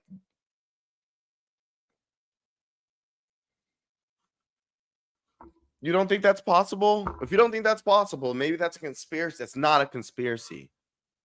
That's just you not thinking. Call it a genocide, like maybe they'll debate on those topics, but they do want the bloodshed to end when it comes to the wars across the globe. And I'm so curious, your thoughts on this. Any confidence that this will be wrapped up under the Trump administration? What are your thoughts? Honest opinion. Honest opinion. I would like to see it. He says he's interested in obtaining a Nobel Peace Prize. So. Is that Nobel Peace Prize worthy? What do you think? I'll leave that alone for a second. Okay. All right. So my thing with that question, I don't. Before the election, you probably could have asked me that when I would say like, yeah, I think Trump might actually clear it up. Thought he actually might have. I'm not on this stupid day one bullshit because like, come on, people, that's politics, that's performance. Day one does not mean day one anything. Just like a president's not going to turn around the economy in 1 year. Like, come on, think. It's not going to happen. It will at least take 4 or 5 months just to turn around the policies that were just in play. So how do you think just and then in the rest of the year, everything's going to change? And no, that's not how it works. So don't sit there and listen to the media when they tell you that, oh my gosh, things are going down. Trump bad, blah, blah, blah. If Biden was president right now and it was the opposite way, like I would say the same thing. It takes time. Policies take time. Most of the policies that they've enacted in Congress aren't going into effect until next year. Not at the beginning of the year, like almost next year, probably around this time at the end of the fiscal year. That's when those policies will probably take effect. The only thing it's really the markets, because the markets can fluctuate daily, hourly. Like that's a lot of things. But in terms of like broad prices and other things and things with Medicare and Medicaid and all these programs, they act like They go and vote on it on the floor in the House, then the Senate, and then after that, the next day, all of that's gone in effect. That's how they act. And then they fearmonger, and then they don't let people actually speak about things. Like, these things won't be in effect until a while. Like, I'm telling you, most of these things, they're like the government being shut down right now. Maybe the only thing that will be in effect, what they should talk about, is the Obama subsidies and maybe the COVID subsidies, because I believe both of those in at the end of this year, like in December 30th. So those are really important. But like a lot of the other things for why it's shut down, not important.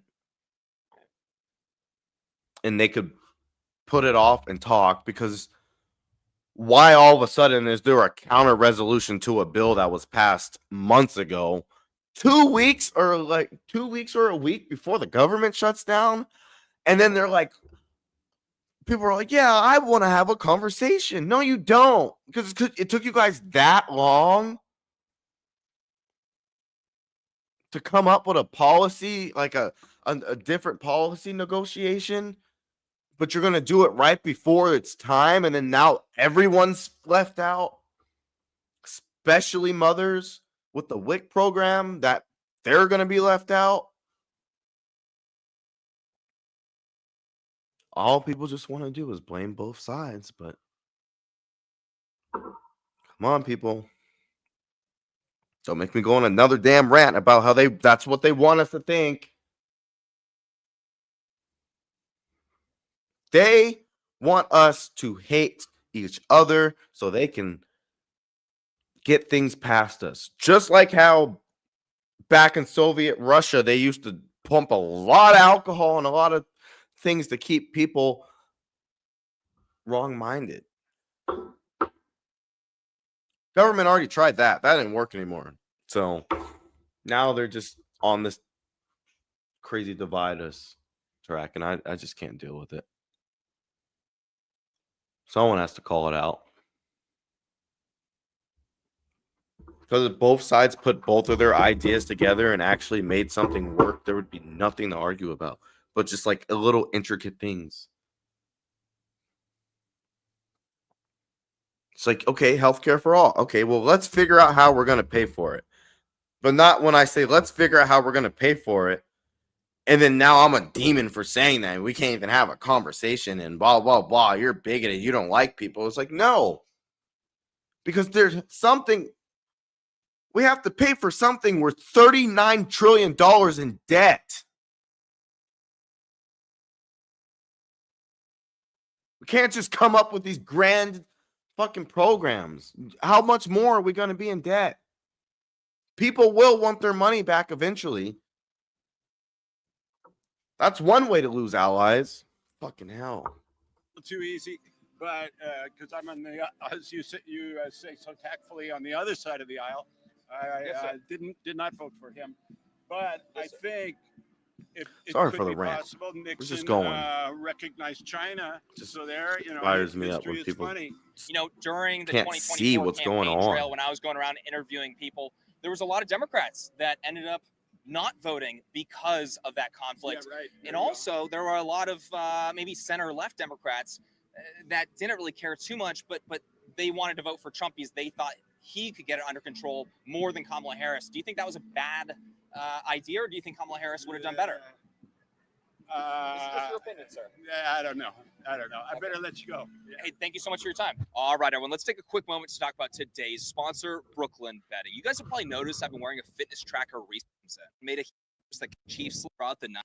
Brooklyn pretty mess. Take the wrapping off and let it since 1995. As will too. If you are 1% code channel, this anywhere is a threat to happy sleeping.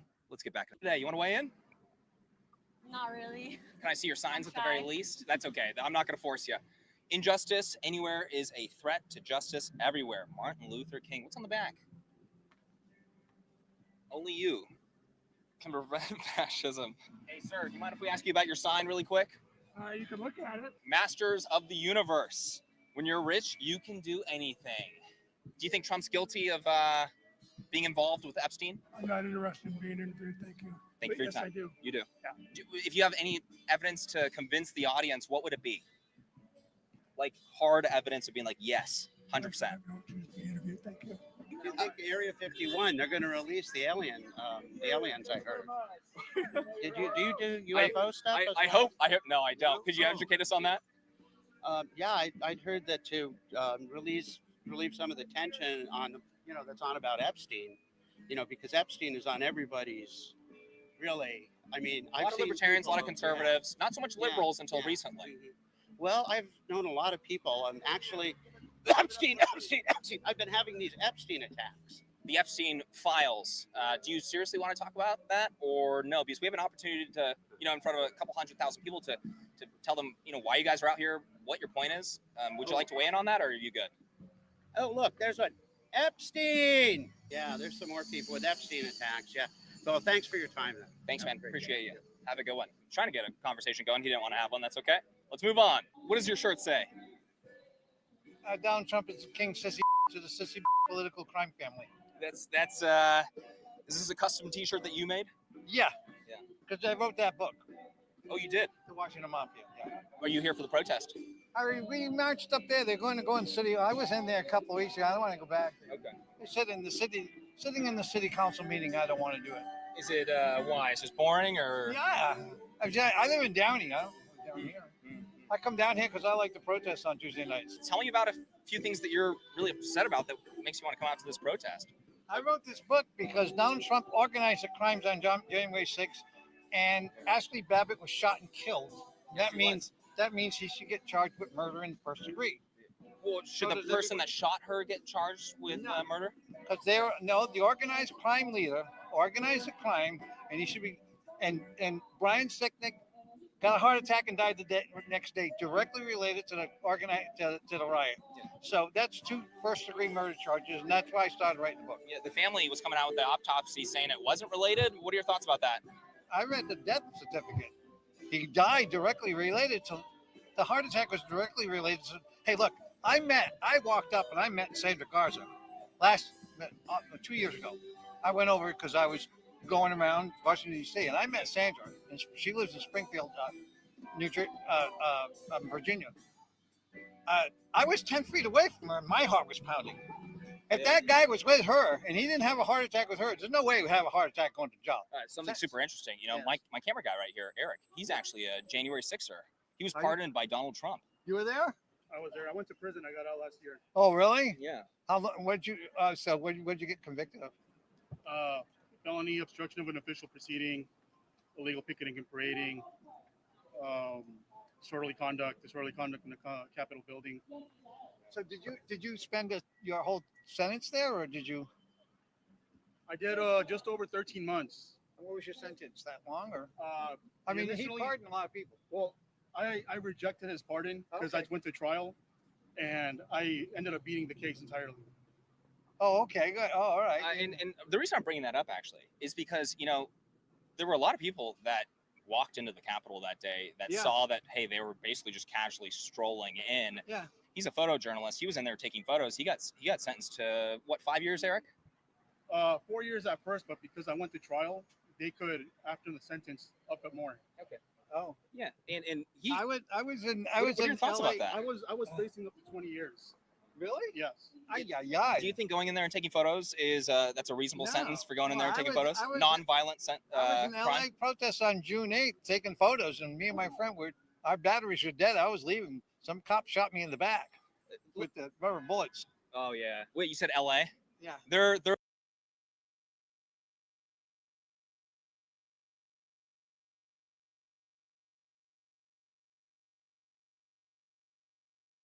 a little bit liberal with those rubber bullets in LA, I will admit. But when it comes down to that, I mean, is that not like abuse of power, lawfare when it comes to giving this guy a 4 to 5 year sentence for taking photos in the Capitol? Yeah, I don't know. I don't. I wouldn't. If you're taking photos, I wouldn't give you a sentence at all. Right. Right. So why were the Democrats pushing that so hard? Why were they pushing that so hard? I don't know who's pushing it, and I know that's just with the law. You were in there, whatever. I'm not no jury or no lawyer or anything, but I just know if I was there and you were taking pictures, I would have said, keep your pictures and don't do it again. Well, it seems like what they were doing is they were saying obstruction of an official proceeding, an obscure charge for what he was doing to elevate the charges to get prison time out of that situation. If they said that, yeah, they were elevating it. What's interesting about this situation is, we're talking about January 6th, and a lot of people actually voted for Donald Trump to do something about a lot of those people that were locked away for 5, 10, 20 years for relatively, even on the most crazy degree, relatively minor charges compared to, what they were getting sentenced. What do you think about that? Do you think that was a good reason to vote for Donald Trump for some of those people? Their friends, their family members, people that saw the Biden administration and thought that they were, abusing their power? Yeah. So I'm thinking maybe after our Afghan withdrawal review, we will do a January 6th review. Unbiased. We'll look at facts from both sides. We'll come on stream and we'll talk about it together. I feel like that's the best way to go about it. You're asking me about some legal stuff, and I don't know. Let's go over. I'm so sorry. I'm just asking your opinion on that. My opinion. Do you think that was So, they were yeah. going too far with sentencing people? Yeah, I think so. Yeah. Okay. Yeah.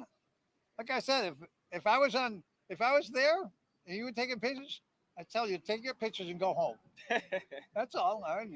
Last thoughts. We were glad that they were getting rid of immigrants.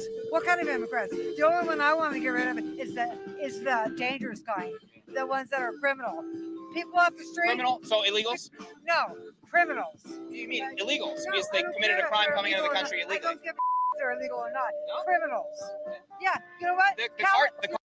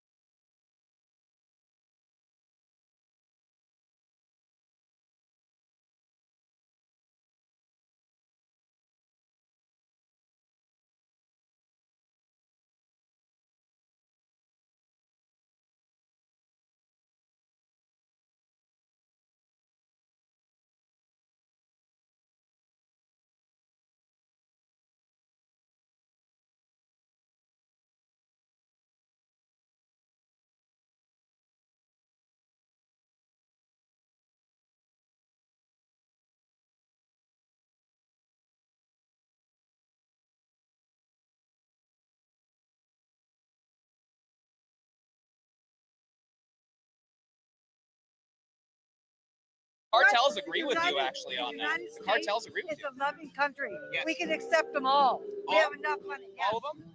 Yeah. That's a good way to implode the nation, actually. Yeah. But we don't need people like you that hate immigrants. Our country's full of immigrants. I don't hate immigrants, ma'am. I don't hate immigrants. I said illegal. Hold on. Slow down. This is not how adults. I just went on a whole rant and I was muted, but I'm so annoyed that I'm going back on the rant because I was freaking muted.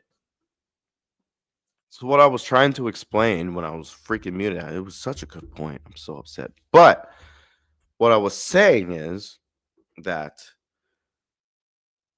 the way our immigration system is very, very, very messed up. Just so much nuance in it. A lot of it's overbroad. It's just very broad terms. Both sides are screaming one thing or the other. But the point I was trying to make is that when we just go, if we're just looking at over time, last year we were about to vote around this time.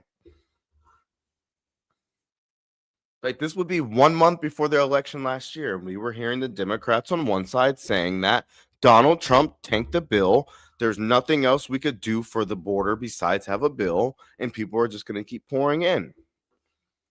And they're trying their best, and there actually isn't an issue at the border.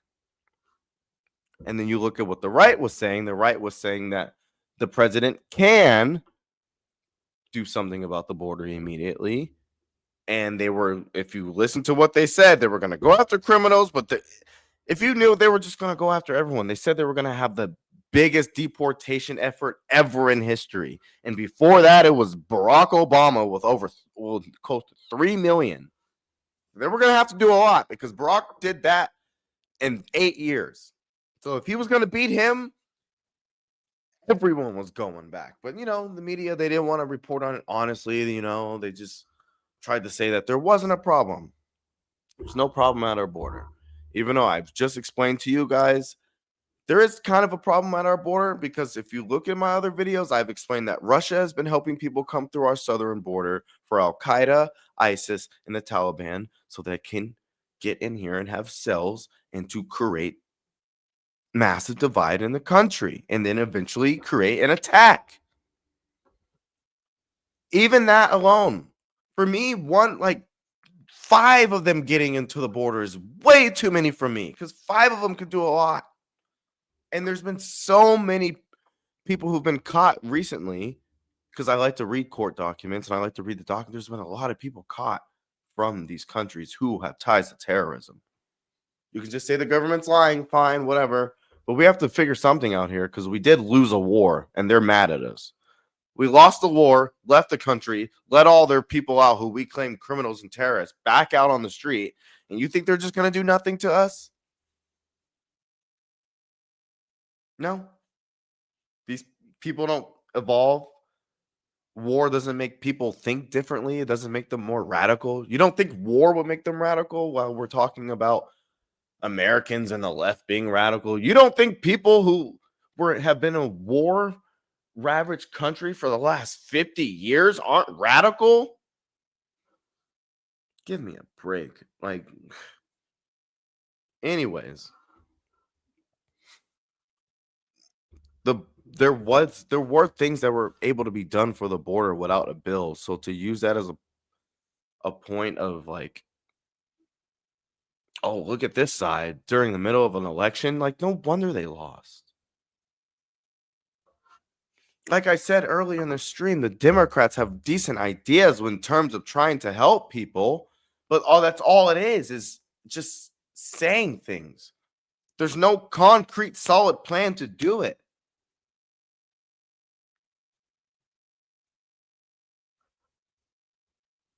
There isn't. Most of it is just tax people. But then again, they don't want to be honest about that when you can just, you're going to have to, the people of the country are going to have to pay a lot of money if we want these free things. And not free, just easily accessible healthcare or extremely affordable government housing. All those things are going to cost a lot of money. So we got to figure out how we're going to pay for it and how we're going to make it happen, and a plan of transparency that we can see going down the line. How many times have we seen a government program get passed into law and then nothing happens? I.e. the damn charging stations. There's still not enough. If you live in a rural area, you ain't driving a Tesla or an electric vehicle.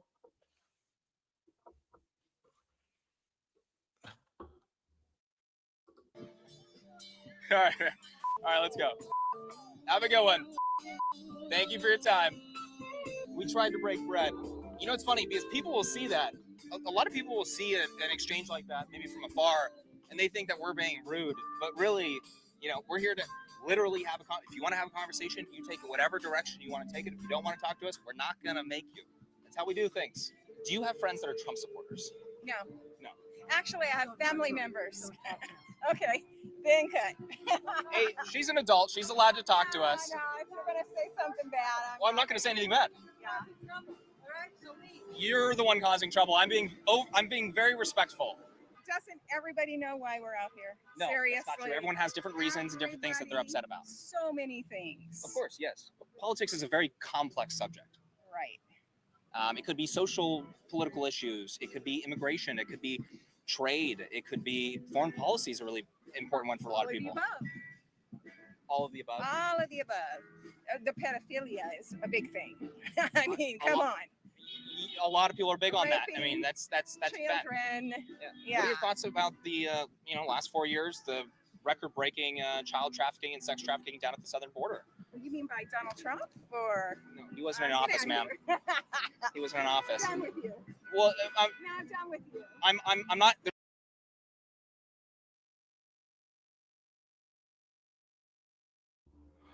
Annoying right there. I'm going to play that back. I'm playing that back. No Because she just said, there, oh, man. by Donald Trump. It's like, did she not listen to what he said? Or was it just, no matter what I hear about politics, we're just going to blame the other side?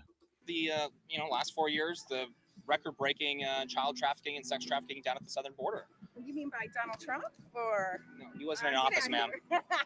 He wasn't in office. I'm done with you. Well, I'm done with you. I'm not. There's no gotcha there, ma'am. Done with you. Genuine thoughts on that? No. Done with you. All right. Well, apparently it's what you said is apparently not that important to you. I'm not sure if we've had this much trouble having just like a normal conversation. What's up? Is he a libertarian? Am I what? Are you a libertarian? No. Oh, okay, yeah. You know, libertarians, I've never met a non-Aryan libertarian. A non-Aryan libertarian?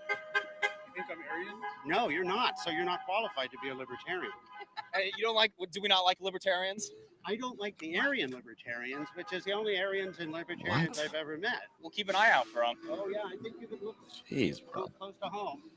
Close to home? You calling me a white supremacist? No, not at all. No, I think you're just a concerned citizen. Thanks for your work. Passive-aggressive quip right there, but that's okay.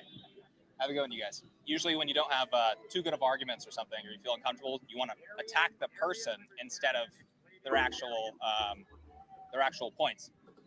Would you like to have a conversation and actually address my channel? points? I don't want to be on your YouTube channel, okay? You're inserting yourself. So I want to watch this. I think his name is Warren. Yeah, Warren Smith video, because he honestly has some really intellectual takes about things.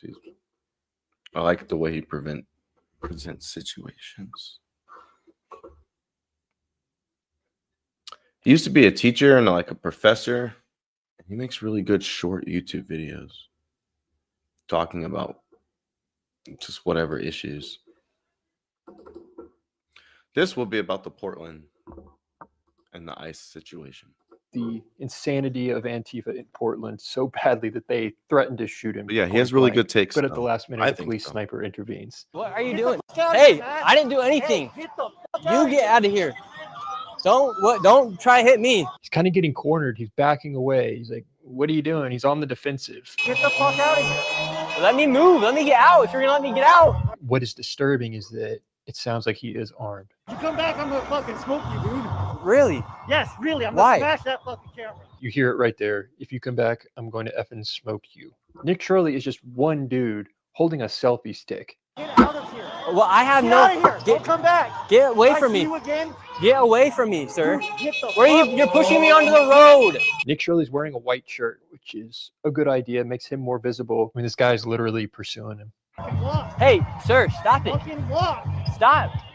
Walk, motherfucker. What are you doing? Why are you so mad? I didn't do anything. You did. What did I do? Walk. Law enforcement on the roof, Mike probably is a sniper, picks up on what's going on. I have the right to be here. Okay, did I say? I have the right to be here. I have the right to film. You have DHS watching you right there. You see lasered that? on you. You have a sniper lasered on you. You see that? Like, why is this having to happen? Why is there a sniper rifle on the building, or just a person on the building having to laser someone, harassing another person? Why isn't there patrol cars on the street when they know this has been a hot area for the last at least 125 days? Like, I don't get it. But then when the president sees that, like, look it up. That's not just me saying that. Over probably the last 125 days, there's been activity here, whether it's just screaming at ICE, noise complaints, a lot of people in the streets. They can call it a peaceful protest, but we can go over video after video, especially this guy and another woman I've seen been attacked, and other journalists who've gone down there just to have a story be attacked. Just today, I was watching a video of them pouring red paint down on the sidewalk and throwing it onto the government property. So, like, it's just, they're not, the local police and the local administration's not doing anything about it.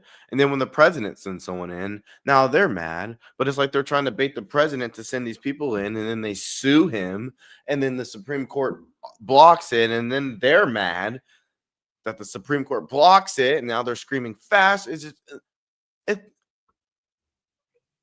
just doesn't make sense. It's always like they're trying to distract us from something more. Because if you just look at both sides, it doesn't make sense. You could say, oh, I hate this side, I hate this side, and you can, I guess neither are right at this point because they're both causing this stuff.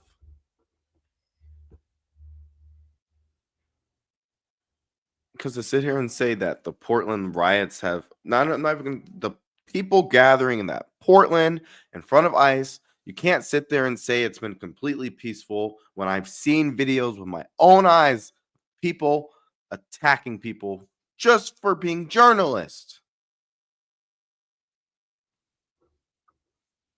If it's completely peaceful, there's no reason to sit here and have a mask on your face like this guy does, unless you're going to sit here and tell me that the government is going to come after you just for standing there and filming when this guy doesn't have a mask and he's being peaceful. But this dude is sitting here harassing him.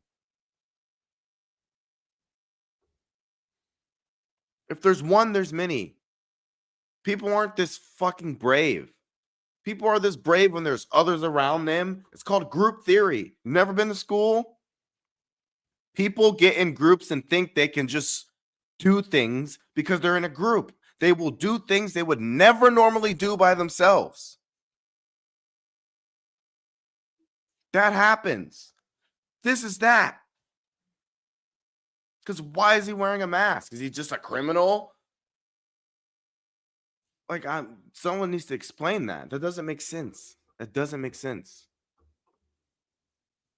And if it's not groupthink, then what is it? You right now. I don't give a fuck. Stop it. Dang, now we see a red dot. It was smart of Nick to point that out. Like, wow. Had law enforcement not been there, this could have ended very badly. Stop sticking your camera in people's face. I didn't do anything wrong. You have a sniper on you right now. You have a sniper on you right now. The other possibility is that this is... You have a sniper on you right now. The dude turned it from green to red, which means like, hey, now you're being, now it's getting... The other possibility is that this is how law enforcement often target isolated arrests. when I was reviewing the Michael Knowles footage of him getting assaulted, someone throws something at him and gets arrested. And when you look at the footage, you actually see a laser. Law enforcement are signaling, take this guy down. It's a way to visually communicate to everyone quickly. For what did I do? I had the right to be here. Right on that boy chest. I had the right to be here. They now just said they're going to make a charging arrest on somebody out here, and now Antifa is all running. Look, they are literally running away. That might be it. It might be a legit laser, because think about what he's seeing through that rifle. Just an hour earlier when the sun was still up, we can really get a feel for what was going on the ground. The goal is to overthrow the U.S. government. They want revolution. They're here to destabilize America. They hate capitalism. They believe in Marxism. The protesters know that the snipers are on the roof, because there's footage of them flipping them off, writing signs on umbrellas. Kill yourself. They're pointing it right to the feds on the top of the building. It says kill yourself. Get the fuck out of the way. I'm just showing your thing. Feds right here. Just taking it. They're fully aware that they're up there. I mean, this is a shocking clip where this woman pulls up in her car just trying to get home. As this car tries to run through people.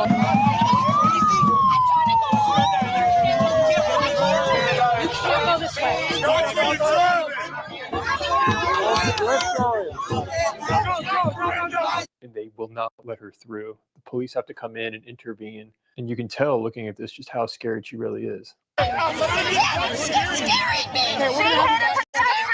going to arrest her or are you going to continue? We can't hear anything in reality. I have this new sponsor that I'm genuinely really excited about, Bearskin Tactical. Smart people are locking in their winter gear right now while it's on sale. Bearskin is running a CSM micro fleece 10 pockets with a clean, rugged fit that looks 6, 9, 12. You'll get a link sent straight to your phone. Them 10 times. So debate is around how organized is Antifa. And the leader is Chandler. He lives in a building right over here. He's the leader. I've interviewed him 10 times. So it's an organization. It really is an organization where there's plans being made. People are getting paid. People have places to go and shower and bathe. So it's an organization. People have said Antifa is not an organization. Do you believe it's an organization? 100%. And are these people dangerous? Very dangerous. Nick Shirley points out that they do seem organized because they're all dressed the exact same. They move in a coordinated way. They single out individuals in mass on them to achieve an outcome. They're chasing him out. You have all Antifa going after one man right here. You're getting chased out right now by Antifa. I am. They seem agitated. I'm not sure what's going on. Why are they agitated with you being here? Yeah, I don't know, bro. We just came, tried to have civil conversation and discourse with them, and they started getting wild, and it started building and got crazier and crazier. It looks as if they are surrounding us right now. There are other people out there besides just Nick who are documenting what is going on. It sounds like they're just getting run out one by one. So right now you have a bunch of people who are here documenting just like I'm doing, and they are labeled as the opposition here. And they will not let you speak. They try to take your camera. This Antifa group out here, they say they're not a part of Antifa. They say Antifa is not an organization. Everyone's in the same colored clothes. Everyone is going after the same exact people. This is very much an organization. And all of this is occurring outside of this ICE detention facility. And as the sun starts to go down, the police walk out. They're coming out right now. Here comes the police. Disperse the crowd. I don't know what the goal is. Crazy. You can't turn your guns on yourself. Shoot yourself. Nick talks to this one guy who points out that the local school has had to shut down because of this. It's just they're ruining the whole community. School got shut down. Another guy who really does want aid. Just built. So like I was saying earlier, is this the solution? Or can we start being adults and having a conversation about a better solution for what the heck is going on and how to fix it? This isn't the solution. Shutting down the government? No, that's not the solution. Making memes of each other online, whatever, that's not the solution. It does make things a little bit more lighthearted, but the other side gets even more mad. So what the solution is just figuring out a better policy for this. We got to stop doing this feelings politics. It's People are afraid to come out of their houses here. I want the feds here. I want the tanks and I'm just sick of it, man. So you want the feds to come through here and get rid of all these protesters? Hell yes. Yeah. How are we gonna have my fucking community back? And then like, oh, if you're on the right, you're like, oh my gosh, yes. Yes, what he's saying is so great. Yeah. Bro, the other side, he just said he wanted tanks on the street. That's not what we need. We just need people to come out here, mainly just the local police, and monitor the damn situation. It's that serious. You think the government really needs to come out here and send the National Guard down there? No. But you've only seen one clip in here, and if we need to really go through the more of it, you've only seen one clip of even cops being there or even doing anything about it, because that lady was in a car. You never know. She could have ran over everyone just out of fear. Like,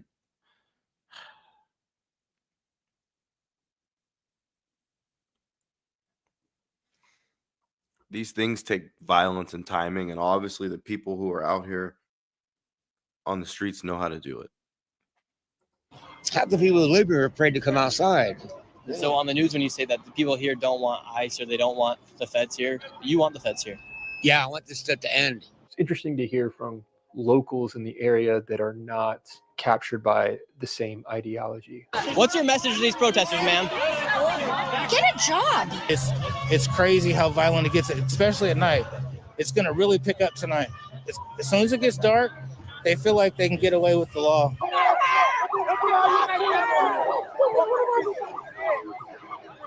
But it's remarkable what one guy with a camera can expose.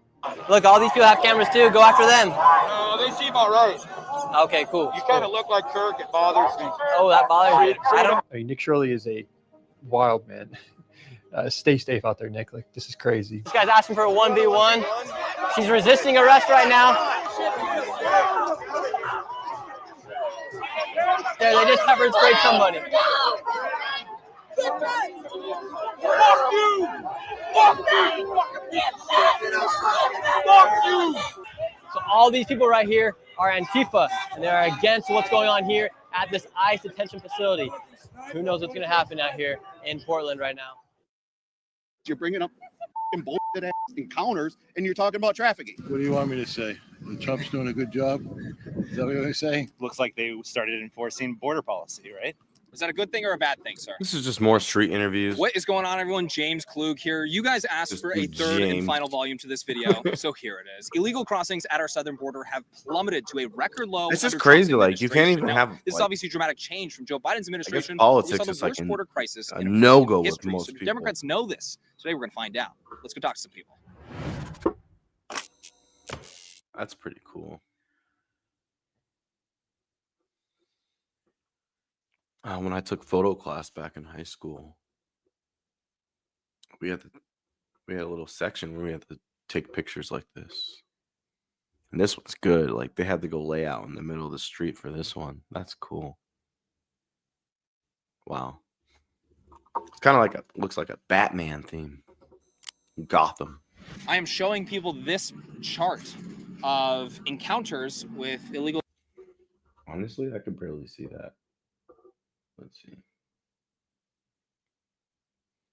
Southwest land border encounters. Immigrants down at the southern border. I'll try and read this shit, but it's so small.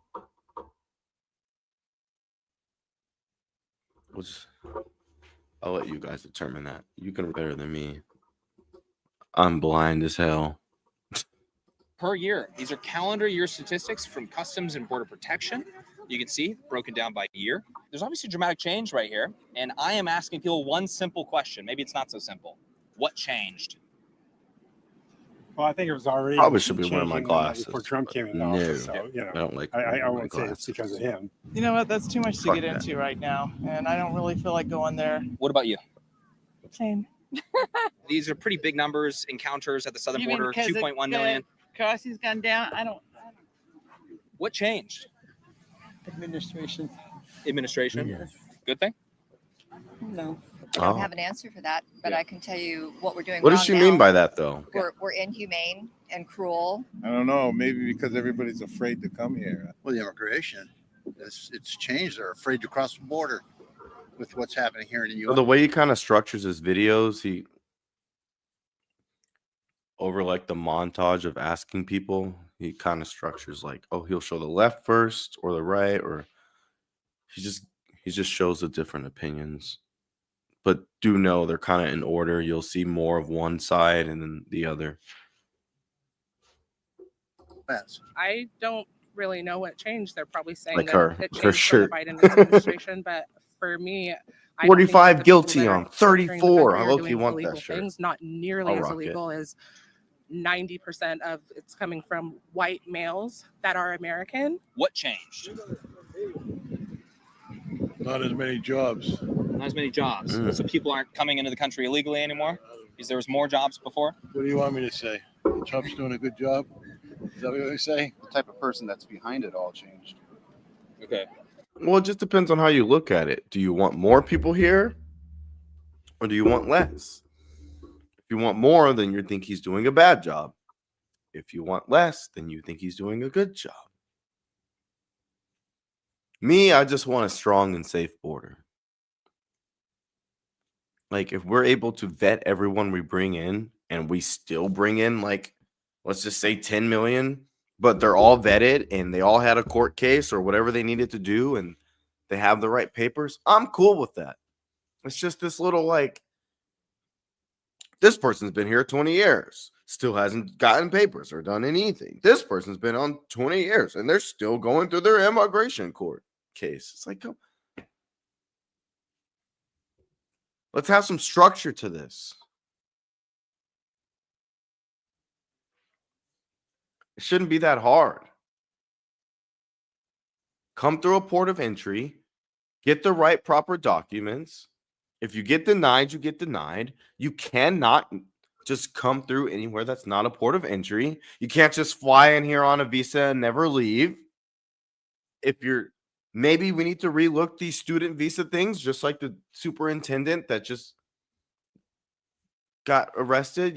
Maybe we need to, if they complete their student visa, they can have a citizenship, or maybe no, you just need to go home, take the knowledge you learned and take it back to your country. Because isn't that kind of why you go on a student visa, to go there and then come back? Or should they be able to stay? I don't know. But these are conversations that need to be had. We're not talking about the little things, these little things that are making the system broken. We're not talking about it. We're just talking about the broken system and whose fault it is. It's both sides' fault. They've both been in power and they both let things happen. In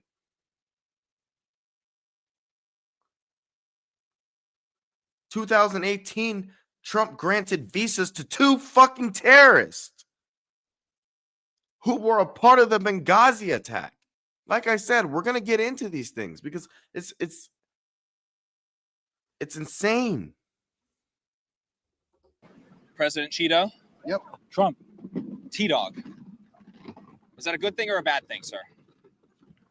What changed? The presidency changed. Presidency. And by the way, they were high-ranking members within terrorist organizations, and they were granted visas to come here after the Benghazi attack. The Benghazi attack already happened, and then they got granted visas here when there was evidence of them being a part of it. That's what I'm saying. It's not making sense the way our system is set up. You can't go march into another country and get away with just coming in and not having the proper papers. You will not be able to stay there. Maybe for a little bit, but they will find you eventually. And you will be kicked out. So I don't understand. Because it's America and we're supposed to be helping people and we're a melting pot. We can't have strong borders and a strong sovereignty. Goodness, like, come on. I get it. Let people here come here so they can have a better life, but they have to be vetted. It's that simple. Trust, but check. Trust, but review. Figure out who these people are.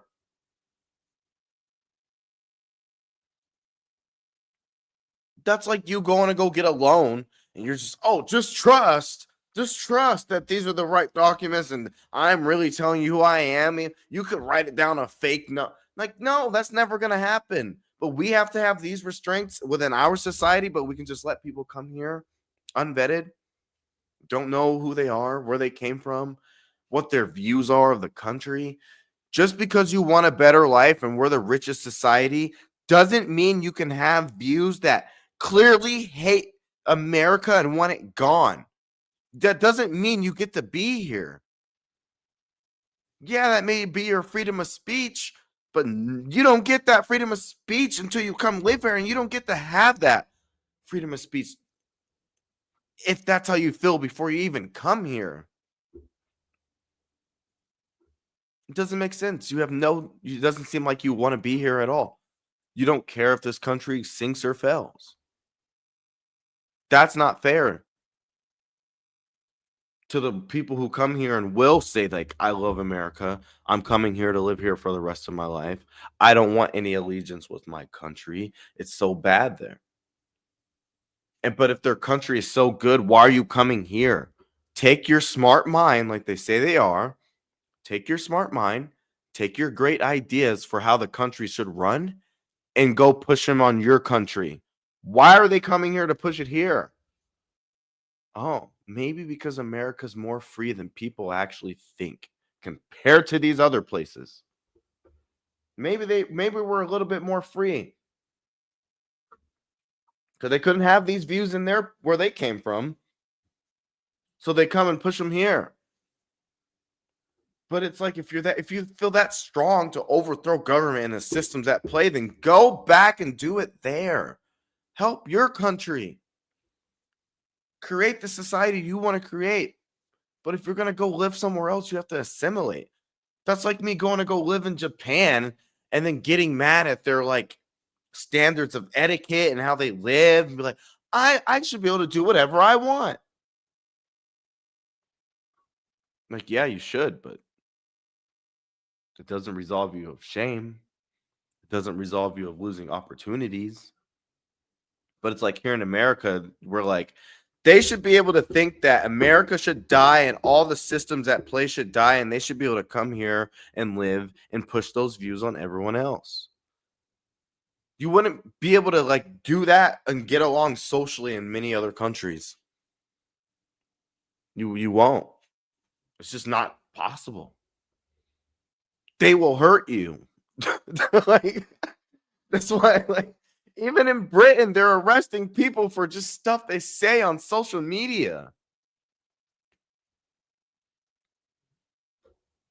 Like, imagine the other way around. Like, let's just say we're in Britain and Trump hears what these people have to say about what they're saying on camera. They could call it bigoted and throw and put him in jail. Hate crime. That's what they're doing in Britain. Stupid jokes. You make a meme on social media, you can go to jail? Really? This world is just crazy right now. Good thing or bad thing? Good thing. Trump and his border policies. Trump and his border policies? 100%. And Tom Homan and that crew down there shutting the border down. It's amazing. This is going to be the like somewhat the other side. Like I said, they do Trump's the back. It's not show much the more opposite complicated side than and that. they show Looks the like other they side. started enforcing border policy, right? That easy. That easy. That easy. I mean, If you are literally fearing that you are going to be deported because you are illegal, you will obviously not cross. That easy. Good thing or bad thing? Bad. I'm gonna make French fries. This country is based on immigration. It's based Cut on up some potatoes. everything about immigrants coming to this country. Every one of us here is an immigrant from another country. Why would you stop the process now? It's like closing the door once you got in. I'm so sorry. I should clarify. This is illegal entry statistics. Maybe I wasn't clear. Well, what's technically illegal? Let me ask you a question. Yeah, If what's you're up? an illegal immigrant, but What's you haven't technically murdered illegal? or raped or What's technically illegal? Not coming through the point of entry. Not leaving when you failed your visa, when your visa's up and you don't renew. Those are two simple things.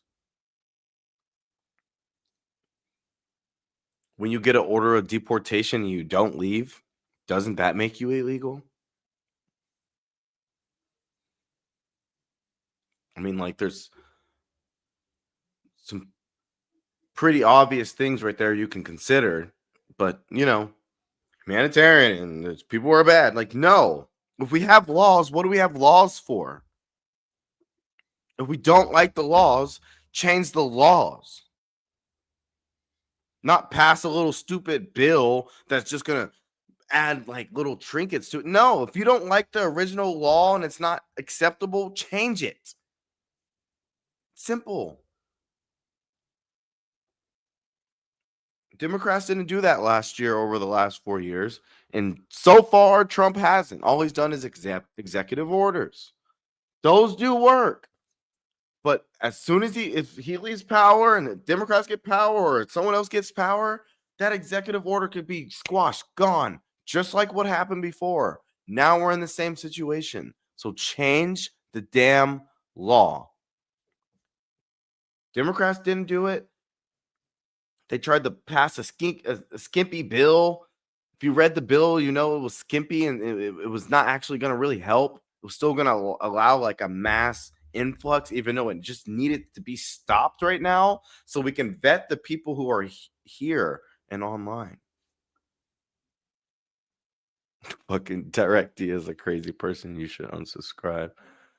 We're going to, for the end of my screen, we're going to say hi to him in a bit. But yeah, we have to change the law. Simple as that. Brought in drugs.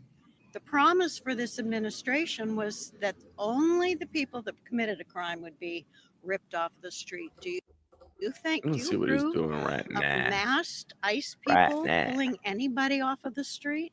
If they were only going after people that had a criminal history, doesn't that just reward the action of crossing into the country illegally and incentivize more? No, I think that's a trick question. So I really could give a crap less about the people that are coming in. They're here. They're helping our economy. They're our friends. They're our neighbors.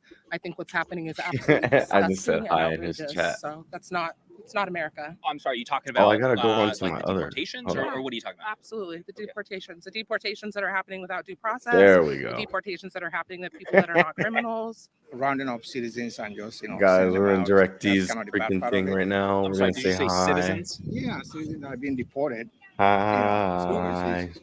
Have you heard about that too? Citizens being deported? Yes. Yeah, we did hear about citizens. Now I know we're not ChatGPT, but do you guys know who is a citizen that was deported by Customs and Border Protection or ICE? Well, I don't know any, but that's what I see on the news. It appears that a lot of people are being taken in by ICE that are not convicted felons. They're American citizens. They're taking children. They're yanking children on the way to school. That's not our country. Like just solo children, they're yanking children away? Well, we've seen it. We've seen it. But we don't have any firsthand knowledge of it. So you've seen it personally? No. We have no firsthand knowledge. You guys mind if I ask I what can be news you heard. watch mostly? Yeah. I know there's different range of news. What news do you guys watch mostly? Channel 5, Channel 4, Channel 7. Yeah, I can tell you everything but Fox. What we see is what we see on TV, what we read in the paper, or what we. So do we have evidence to back up that claim? Because that's a big claim. Do we have evidence to back up that claim? Other witnesses. Well, I have can't. none. I mean, I can't cite it for you. I'm not. We're not all ChatGPT, but if we were to look it up, would we find that a child was just removed without the parents and dropped off somewhere in Mexico? Mhm.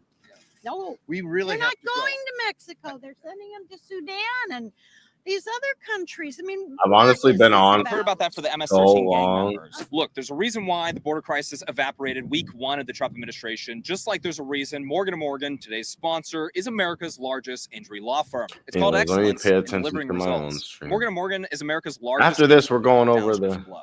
Let's get back into this. It's just his music. Oh, I wasn't actually. I didn't even know you could actually hear it. Record-breaking drug trafficking, child trafficking. I wasn't trying to let you see the stream yet. Record-breaking profits for cartels. We can go over there though, if you guys want to. But he's playing music. I don't want to. So It's coming I don't know from what American citizens. music is I playing. I'm Less gonna mute it was talking about the cartels when it until comes he's to ready and he starts being affected speaking. by any Then we'll cartels go here in over America. there Have because you I been don't know where personally he got affected by that music cartels? when it from. comes down to cartels, the people that are entering the country illegally pay cartels for entry. So you're not really getting through the southern border unless you pay cartels. So the cartels, they actually saw record profits over the last 4 years. Do you think that this number is worse than this one, given that Yeah, this he's is still playing record-breaking, basically everything? What do you I think? think that the numbers that are being shown But I will are show not him until right. then so you guys I can see think what we're that about most to do. So hold on. So hold up. So hold up. There we go. Go back to this. Pause this, Joan. We're done. But you guys got the gist of my stream today. We're just not going to let the government lie to us. We're going to figure these things out. I wonder I wonder what he's talking about today. See if he still has music on. He does, but until then, I'm gonna just be talking. We're gonna be talking. You see, he's kind of lit for the stream today. You know what I'm saying? It's getting late, so the late night, adult stream starts. I was trying to be but yeah, we'll see what he's talking about today. I could listen to that for a while. Hello, ladies and gentlemen.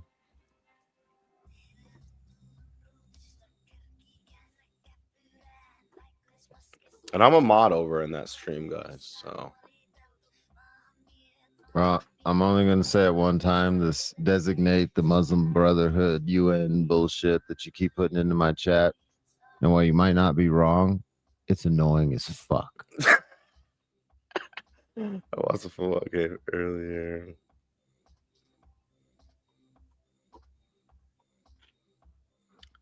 If you're in my stream, you should go over there and drop a like. That's what I'm about to do. Drop a like. Ooh. Okay. We're just kind of hanging out now. I'll let you guys. How's everybody's day going today? Shiz at. Did you miss my rant from? So I could talk in it without you. Earlier? You guys could just see what I'm looking at.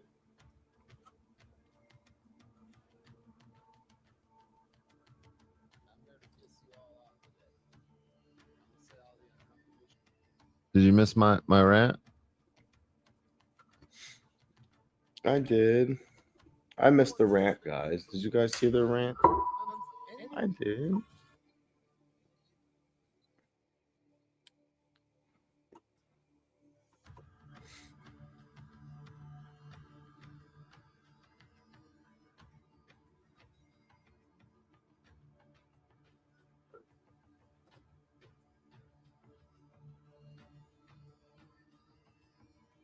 You didn't watch anything earlier today? Well, I am going to gift you with about 15 minutes of that.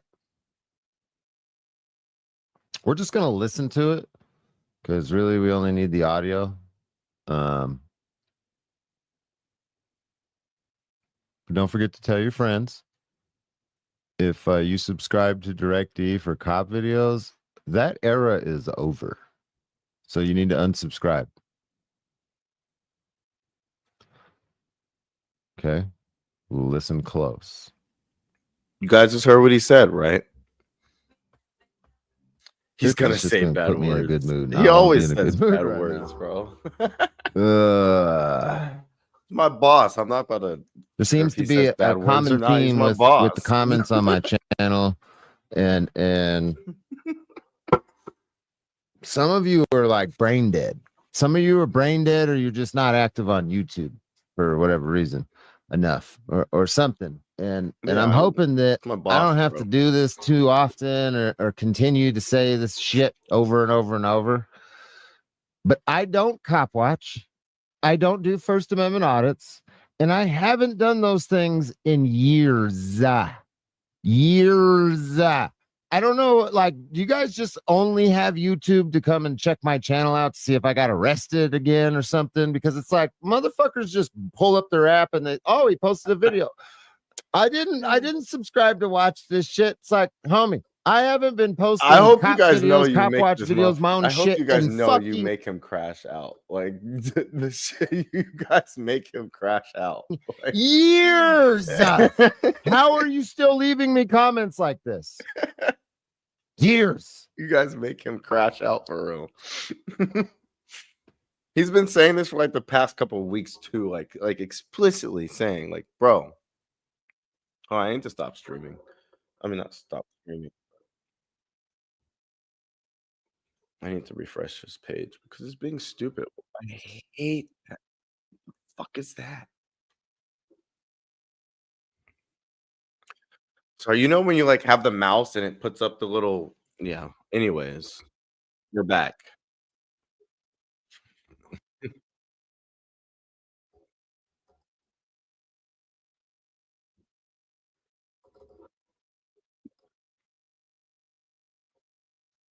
I don't even notice when you leave.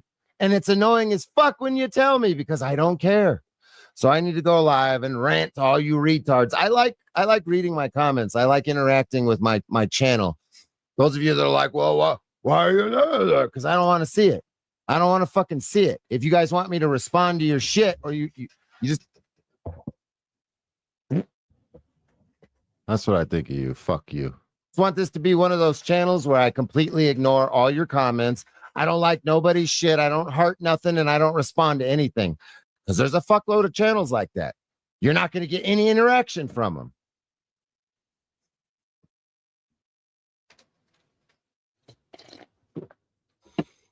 Think you're fucking important or something, right? I'm gonna let this play out because this is it's very Bro, important. you are what he's saying. I'm gonna hurt every 133 of your fucking feelings right now. None of you are important. If all of you unsubscribe right now, I could give two fucks.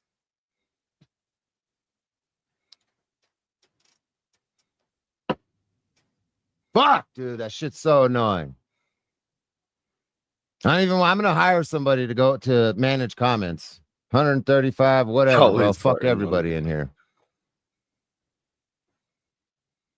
Let me go. Yeah, you think I care, dude? This is the thing. Like over and years leaving these guys. Oh, you're gonna ruin your channel doing it, bro. Suck my fucking taint. What do I gotta say to get you to fuck off? Just don't leave comments, unsubscribe, and see. The problem is I built this channel up cop watching, right? And I don't do that anymore. And there's a large portion of stupid fucks that only want to see that shit. I'm not going to post that anymore. So unsubscribe now. You're not going to get those videos from me anymore. Unsubscribe from my channel right now. You're not getting those videos anymore. You don't like what I'm posting now? I don't fucking care. This says DirectD on this channel. It doesn't say your name.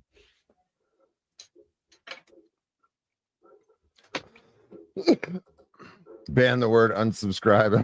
That's funny. Oh, dude.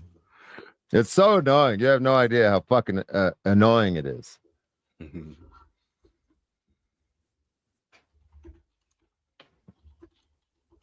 I'm not cop watching anymore.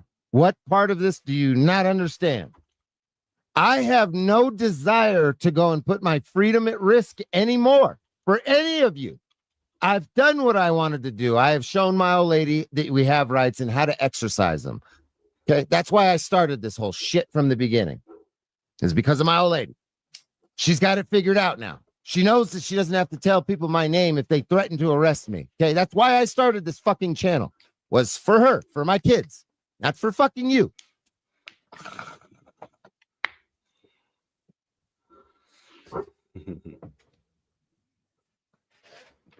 Go fuck yourselves on another YouTube channel. You're not getting cop videos out of me anymore. I'm fucking tired of it. Fucking tired of it, dude. Years. 2023 is the last time you've ever seen me cop watch in Arizona, bro. It's 2025. It's almost going to be 2026. Like, do you guys not fucking look at your like? Do you bring your YouTube app up like once every 2 years? You're just now figuring out that I'm not cop watching. Like, what the fuck is wrong with some of you?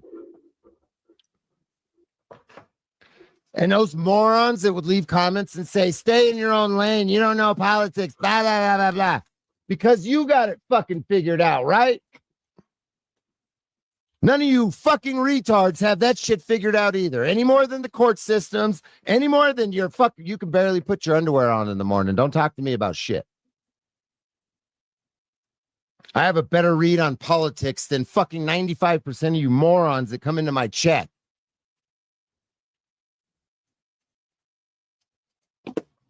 Stay in your own lane. Yeah, because you got it fucking figured out, right? Political science major. You got your bachelor's in that shit? See, like, that's the point. It's like people act like it's like if you had such great ideas and you knew exactly what needed to be said, then go out and say it. Put your face in the camera and say it. Instead, people go on streams and BS. Shut the fuck up, dude. You guys are fucking retarded. You don't fucking like it? Piss off, dude. Piss the fuck off. I'm legit talking to everybody.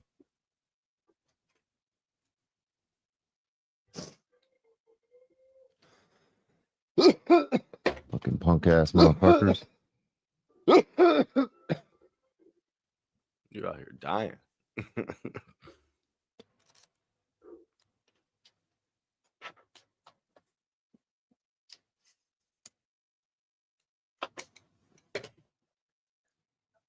Stay in your own lane. Because you got it figured out, right, bro? You motherfuckers don't even understand your First Amendment right. You couldn't write up a fucking piece of legal document to save your life if the fucking end of the world, if it depended on it. You're gonna tell me to stay in my own lane? Shut up, bro. I fucking run circles around most of you with my mind while I sit in one spot and smoke cigarettes and weed. Shut the fuck up.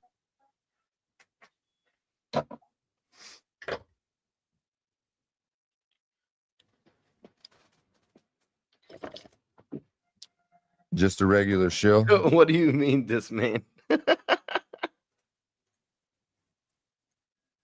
So there's that.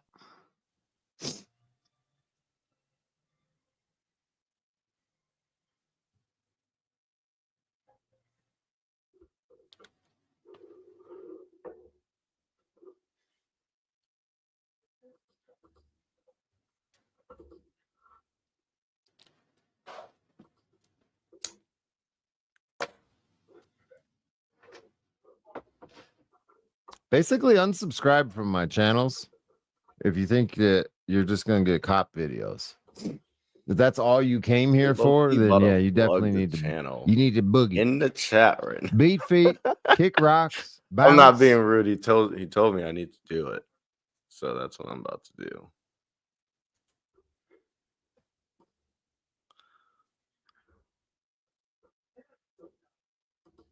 Whoa, what happened?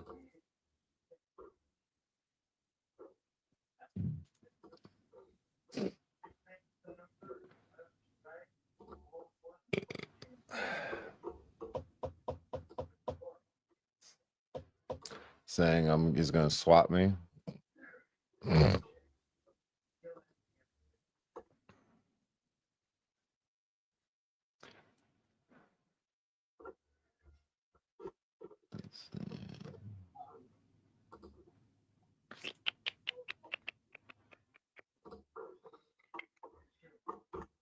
Oops, sorry, I don't need to let you guys see that. Hold on.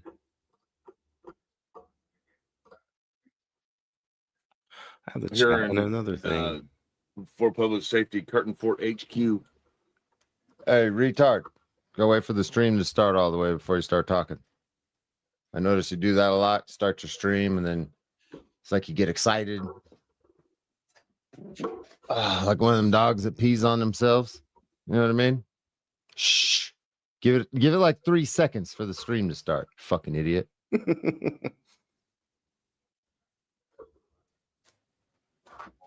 Oh, that's funny.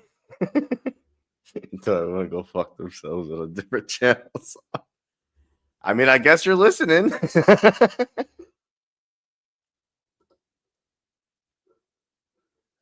The next level. Yep. Celebrating my birthday. I just wanted to touch base with you guys. I'm gonna wait for the notification to go out so people can come in. Should I speed him up a little bit? What, Diesel? Because he's a little retarded. He speaks I on really like don't know what he's talking about today. Why don't you come here? he speaks on 0.5 speed. I gotta put him up a little bit. Get your toy. Notification. Go out notification. I know it's late. I did that on purpose. Maybe it's too fast. What? What are you waiting for? There we go. What's up, PayPal? Yeah, that's better. Steve in the house. Nikki, well, thank you. I appreciate that. Kill Factor. Yeah, man, I ain't doing much of nothing right now, which is kind of a thing for me. So today is my birthday. Haven't said much about it. I like to lay low on birthdays. I've had bad luck with birthdays. So most of you all probably know that every year right around my birthday, something bad always happens. It's like a bad omen for me. We had I got my house raided day before my birthday. Well, it's just a long list of shit like that, just that kind of stuff. But we're not going to dwell on all that. I just wanted to chill for the better part of the day until now. I thought, all right, maybe I'm cool because it's like 10 o'clock at night. I think we made it through. But I've been working. Well, thank you all very much for the birthday wishes. I had a really nice birthday when it come to the fam. It was really cool. It reminded me of Chuck E. Cheese. Tiff kids got this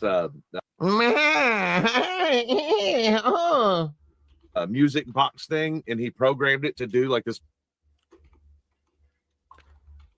Okay, it's so hard to listen to this retard.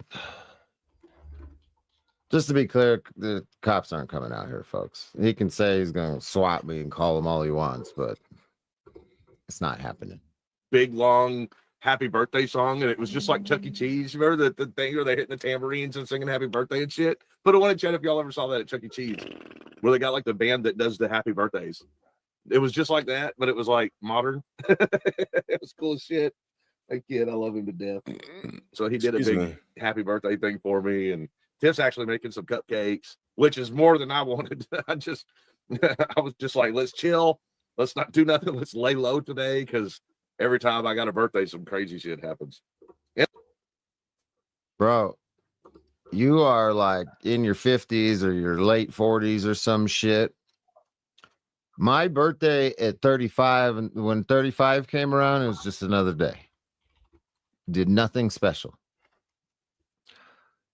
Celebrating birthdays is some shit you do up until about 25, I think. 25, and then after that, it's like, all right, we're not teenagers, we're not kids anymore, we're not going to get fucking presents from our mom and dad. Well, I mean, some of you might, but I'm not. That's just not normal for me. It's like, you know, your old lady and your kids like, oh, happy birthday. Other than that, it's just another fucking day. And I mean, it still could. Usually it's not on the birthday anyway. Yeah, what are we making cupcakes for a 48-year-old? What the fuck? I'm just kind of jumping the gun here probably, but oh well. Working on a video, which is almost done. And you guys are going to get to see just a little bit of evidence, because the idiot Scarborough is using his two YouTube channels he has left. But all right, guys, I'm gonna end my stream.